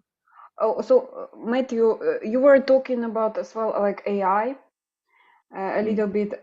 I actually think if perhaps there is a way to even see if in the future AI can impartially, I mean, also somebody programs AI, right? Is there a way to solve geopolitical problems? No, I mean, you got to work with the people, because and I don't think we should cede control to any AI. Like, AI I think is advisory being programmed by role type people thing. as well, so it is kind of biased. Well, I was going to it say, doesn't decide. That just goes dystopian. You're like, it reminds me of that one episode of Star Trek where basically they have entire wars where the outcomes are decided by computers. And so basically it's like, oh, this many casualties Would from this agree, side, but and use so it they for sent that advising. many people off to their death. What was that? It overlapped for me. Oh, The Star Trek episode? yeah. There's an episode of Star Trek where basically wars on this one planet are completely decided by computers. Oh, right, the automated one. It was a good illustration of where that heads. You're like, yeah, you can be super efficient at a war if you want. And then there was another episode that was about a planet that made, super weapons that wiped everyone out. And all that left was a planet that sold super weapons by itself. That was, I thought, clever too. Well, I am thinking about the. But anyway, we have that industry, and nobody. I'm sorry, I was just going to say we have that massive industry, and I'm sure a lot of other countries are involved too, in various ways, and that we have that, and that we don't stop ourselves from having that we allow it. It still aims our culture forever at war. Like we're saying, it's okay to build all that stuff up, and then no one's ever going to use it ever. I don't think so. Also, for the AI idea, remember that AI from Google that they put online for like 2 or 3 days, and then it turned out that the AI became racist because people were trolling the AI. Like, yeah. After 3 days, it wasn't really becoming anything. But go ahead. No, but what I'm saying is, they expected the AI to be neutral and to learn from people, and what it learned was racism and misogyny and I don't know what, because people were joking, they were trolling. Just like putting a 5-year-old in a really racist family's rednecks trailer, and you're like, the kid comes out with all kinds of fun beliefs. Yeah. I think it's like that basically. Yeah. And they had opened that algorithm so that it was taking open training from the people it was interacting with. And so if the more racist you were, expressed belief in whatever, it would be like, yeah. So Jesus Christ. Wow. It wasn't, you shouldn't think of it as like a person so much as like it's so much as reflecting what the person we put into it. And in that case, they left it open. Trolls did their job. But also, by definition, an AI will learn by itself the things that they experience. And obviously, like even if we had an AI that will be like completely morally clean and I don't know what, when it came out, as long as it, interacts with any human being that has some type of flaws, it will reflect that flaw. And if eventually we leave it alone, it may actually be that it cumulates all the defects of all the people interacted with. So even if it didn't turn out to be racist or anything like that, it could be that it's a parody of the justice system we have nowadays, with all the worst side of it. Like, let's do it quick, let's rush it, So you can see how it could go wrong for sure. But let's look at like a different way that you could apply it. So you could have your law where you go, okay, we're going to go to like this digital law, and we'll start with like the basics, because you have to code it very specifically if we're going to have this AI tell us, like, is this a violation of the law? So you could code out your law that way, and you would immediately find that it's like full of ambiguities, like everywhere, left, right, up, and down. But then the system, you could have lawyers try to argue their case or whatever and say, we argue point, blah, blah, blah. And then the system could say, like immediately, that's not allowed because that, because it would have this encyclopedic immediate knowledge of this intricate law. My point is, that would be a way of applying sort of an AI where it's still the humans who write the laws, it's still the humans who decide whether or not you apply it, or if you, apply the exception. It should always be like or the exception at the discretion of the court or something. Anyway, It's It really could assist you. It could assist you because it could show you, like, oh no, you're deciding that based on this, but that violates this other obscure law you're forgetting about, and it could be very helpful for us to clean it up. So I'm reading. Sorry, go ahead, please. Yeah, I was just going to say I'm heading off now. It was great talking with everyone. And the last thing I was going to say though is in terms of AI learning from everything around it, isn't that only like general AI as opposed to like narrow AI? Yeah, just a bunch of different ones. We're using the term AI very colloquially here. Well, anyway, have a great day or night or whatever time it is for everyone. Happy New Year, Ariel. Thank you for coming in. Good mood to you. Yeah, Happy New Year. Take care. Hopefully next year is better. Yeah, of course. Of course. Let's do that. Hopefully we are more resilient next year, even if it's worse. Let's make it better. That's what I think. Make it better. There you go. Let's make it better. Let's envision it being better in that way. All right, nice meeting everyone, and good seeing you again, Kara. Bye. Take care. But Matthew, I think this conversation is really interesting. I'm actually reading a book right now that's called The Extinction Trials from A.G. Riddle. Apparently it's a sci-fi writer from the 90s, I think, or something like that. Perhaps he still writes.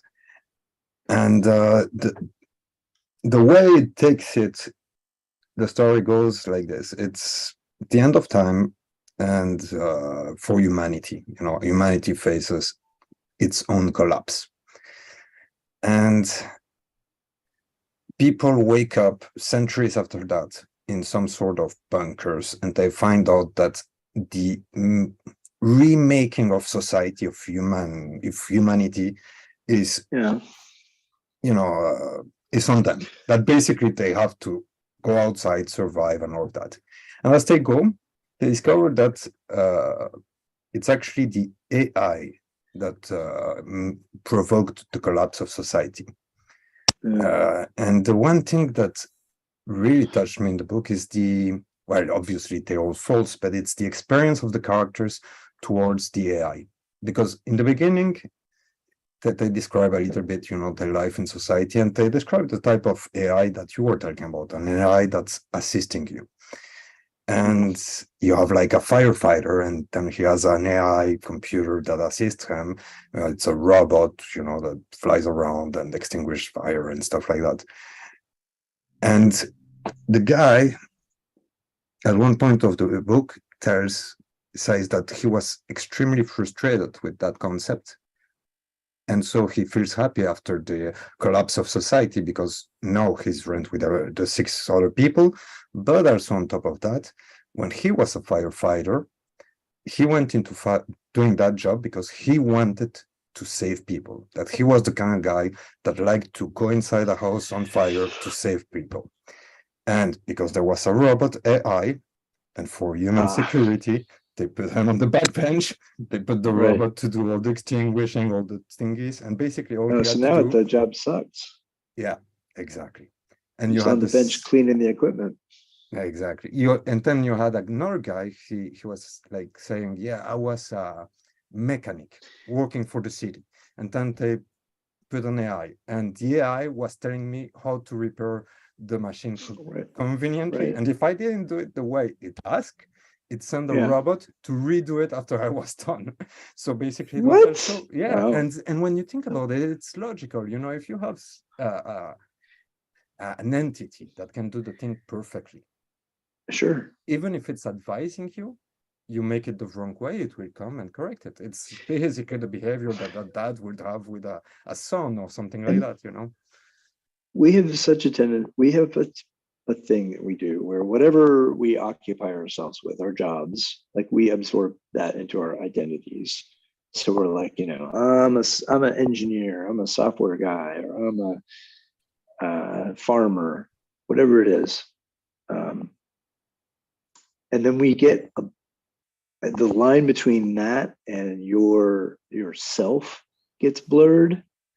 So, you are that thing. Like we say that, but I think it's like some truth in it, that you take that into yourself. So when society is like taking all these different things or jobs and then saying, well, there's a better way to do this. Like, this thing where you run out there in the fields with your tractor, like that's a robotable job. We don't need you to drive the tractor anymore. In fact, please don't drive the tractor anymore.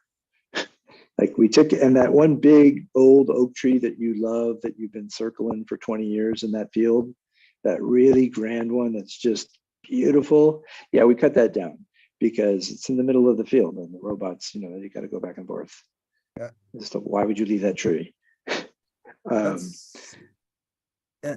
think that's an aspect of the AIs that we don't take enough into consideration. I mean, people do say that people will lose their job to AIs, but they forget what it means, Yeah, like we're going to lose some of ourselves. Like if you're a plumber and there's a plumber bot, you're never going to be a plumber again. Yeah. And part of you'll learn to do something else. And this is maybe what we got to do, is find ways to, let go of those things that we're saying, we've found some way to automate it. And the things that we're going to be able to do are going to go up and up. That's interesting, because the way we're talking about this reminds me really of the behavior that the parent would have with their kids. You have to teach them to be a human being and not a racist, misogynistic, I don't know what. Yeah. You have to accept that at one point you will not be able to do your own job correctly and that somebody else will do it better. You have to accept all those things. It's really the behavior, the type of relationship of parents, kids, basically. But it does come back often in sci-fi, that concept. I mean, Battlestar Galactica had that. So. And to your sci-fi books reference, it does always seem to go wrong with the AIs in the books. And it always seems naive to think that it wouldn't. You're like, if you put them with too much, if you rely on that too much, and it's something that can go wrong where it's subtly misleading you, to the example of like the people who get stuck in a simulation or something, that sounded like that. I don't know if that's a likely scenario, and I think like you aware of that, you can just choose to use it in certain ways and not others. But if we just give it too much control, for example, like letting it determine what is news, which is somewhere we might go, and then you're like, is that good? Because even if it is, fully outside of anybody's control, like any human's control, is it then whose control is it in? If it's an AI thing that's constructing it, you're like, now it's filtering what's most important to know about in the world, and that's a lot of influence. Just telling us like, hey, this is important. Yeah. People underestimate that. Well, I do like one exception on the sci-fi topic, the Star Wars Next Generation approach with data. I like the idea that we could actually have an AI that's almost humanist in its basic programming or whatever, Isaac Asimov also wrote a few books with robots that were almost more humane than the humans themselves. Yeah, but the 3 laws, which have been proven to not be a good set, but made for good story.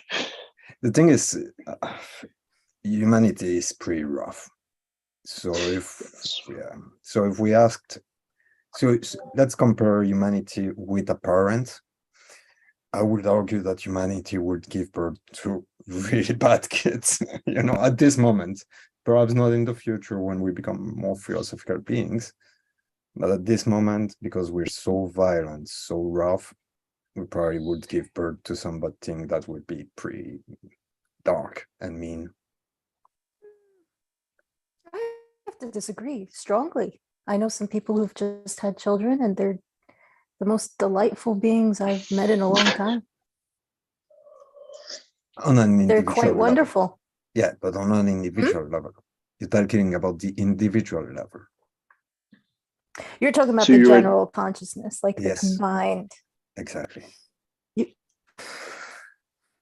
There's something where, like, our generation, I wonder if the kids who don't even think about any of these things, and by kids, I guess I mean, let's say 10-year-olds, they don't live in this world. Like, to them, I guess it's still just video games and adults yakking about stuff.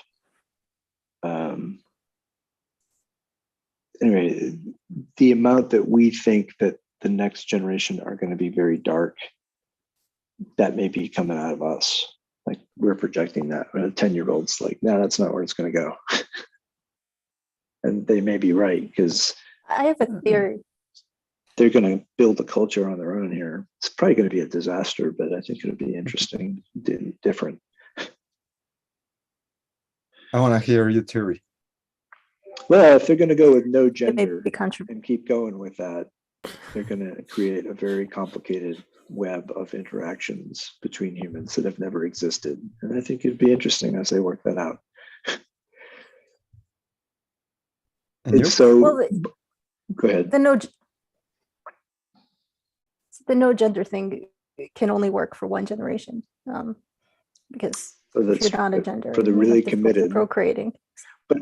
But the culture Yeah, of it yeah. says that's something to aim at. You're like, don't, my generation goes, we wouldn't do that.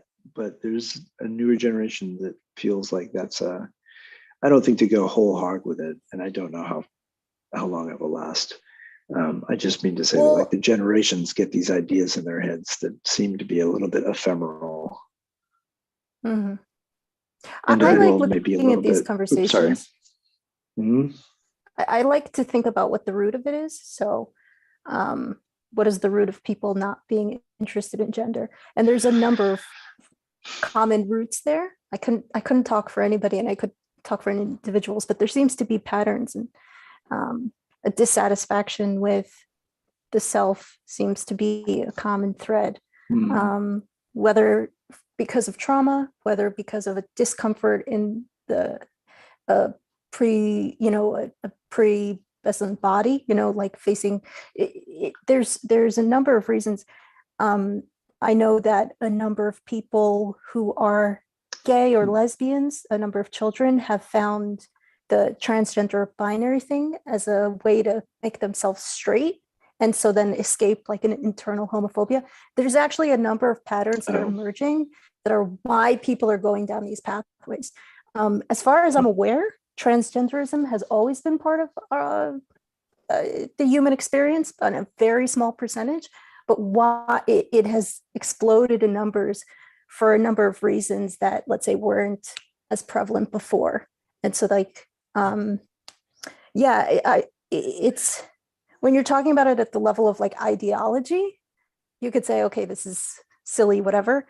But when you're talking about like a 10, 11, 12-year-old young girl or boy, why are they going down this path? There's some real big problems that they're trying to solve.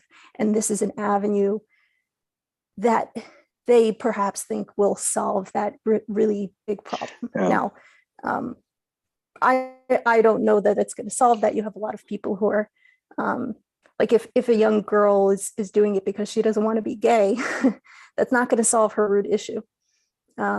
Right. And so a lot of people are finding that out now, unfortunately, Good example. after surgeries, after different stuff.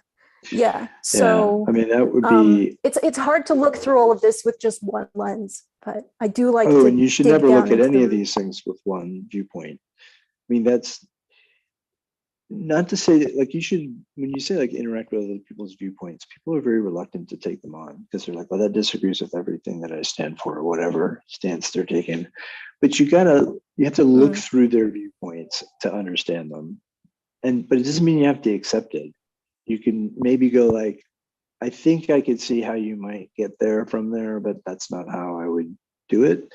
That kind of thing, as opposed to just being like, I know your viewpoint comes from the other side, and I never listen to anything from the other side, imagining that there are actually sides on whatever topic.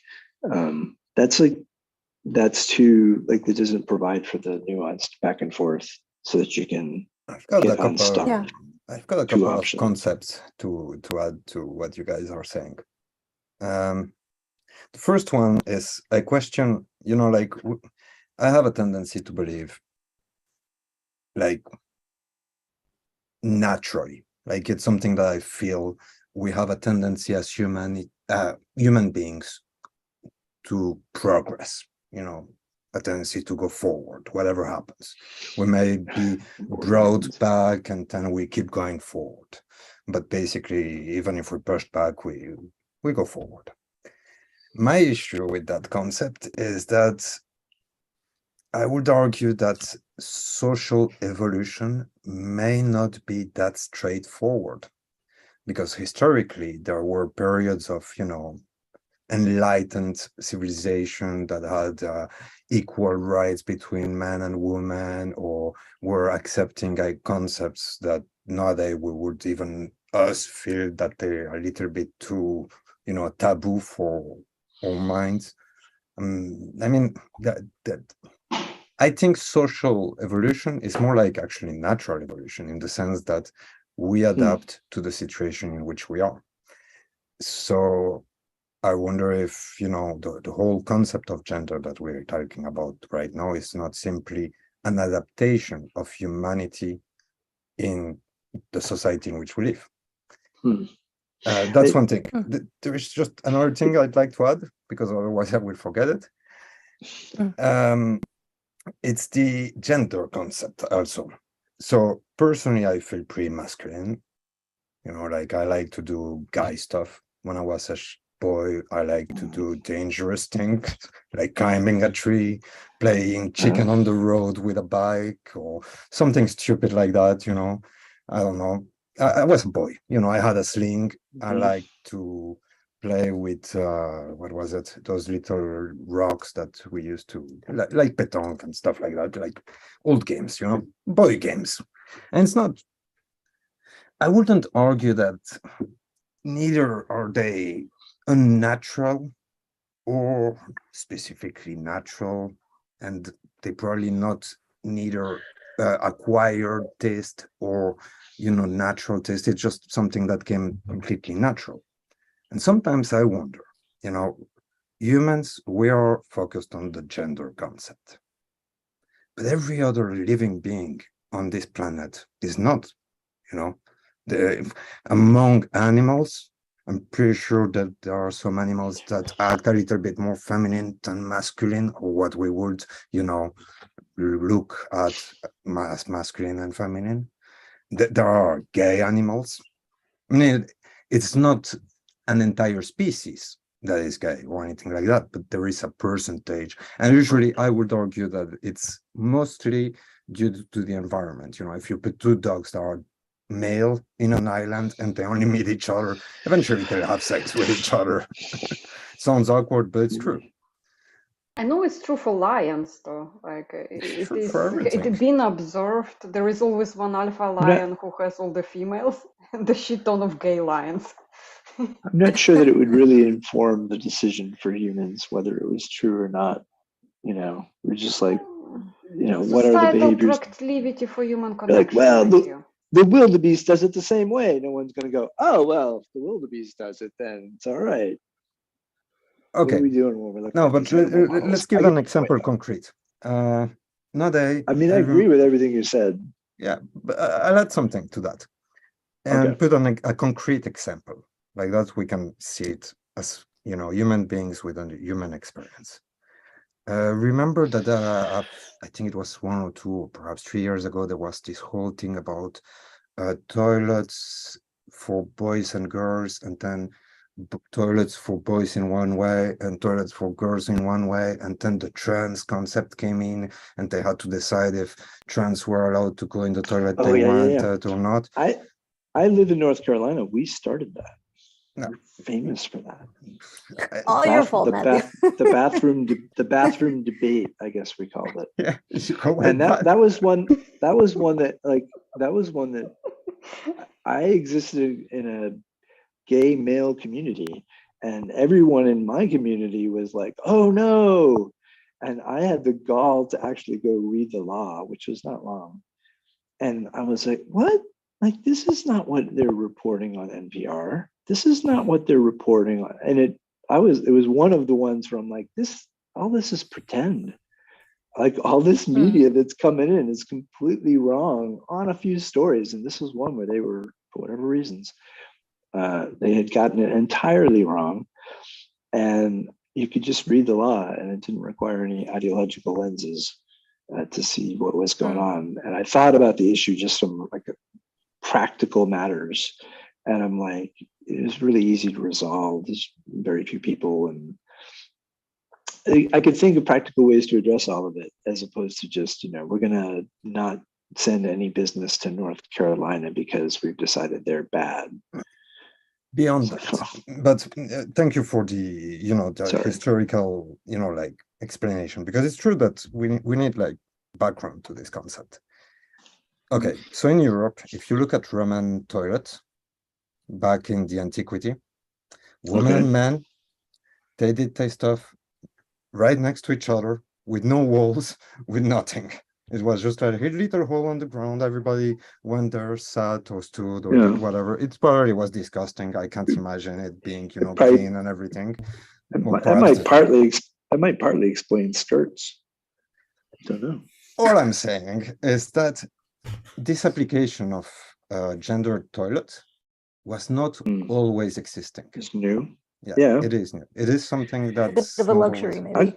I'll give you. I had a striking example, modern real world thing, where I realized that not all cultures deal with this issue the same. Like, I come from an American, very modest culture. Like, if we run around naked in front of one another, it's a thing, even same gender in a locker room. But then I went to I think it was in Sweden. I don't know. Anyway, it was a little spa, and it was just like a steam type spa. And they were like, "Yeah, we do it the Norwegian way. It's just everybody's in there, and no clothes are allowed." Actually, they were explicit about that. And I was like, "What? There are human beings on the planet for whom this is normal?" And they're like, "Yeah." Normal in Poland as well. I've been in one like 2 months ago. I had no idea. I thought everyone had the same mores about it that I did. And, whether or not you have male and female bathrooms comes down in part to that, I think. Okay, I'm all for guys. unisex, by the way. Matthew, Cordelh, Nechama, Francois, thank you for being here. Do not go. The Zoom will be up after I'll end the stream. Before I end, there is like a couple announcements. So somewhere next or the next week after that will be poetry reading with Cordelh. So you guys can really welcome to join and present your original poetry. Like, I would rather hear your own poems than poems written by somebody else. Also, online by line, if you want to come in online, but I would be happy to welcome you, Nechama, and like the song you wanted to present. So if you still have the email, send it to me. Matthew, there will be a just chatting type of thing where we would discuss social issues for food for thought, also live. I think you guys would do great in there as well. I will do more of that. I got one that I would like to do with you. Yeah. It's a chat I had with ChatGPT. That would be awesome. About my my aspirational art project. Yeah. It's we not will really settle art. the details later. Yeah. Yeah. Guys. And thank you so much for coming in. Bye. But stay in the Zoom. Stay in the Zoom. I will just end the stream. So thank you. Okay. Give me a minute. Sure.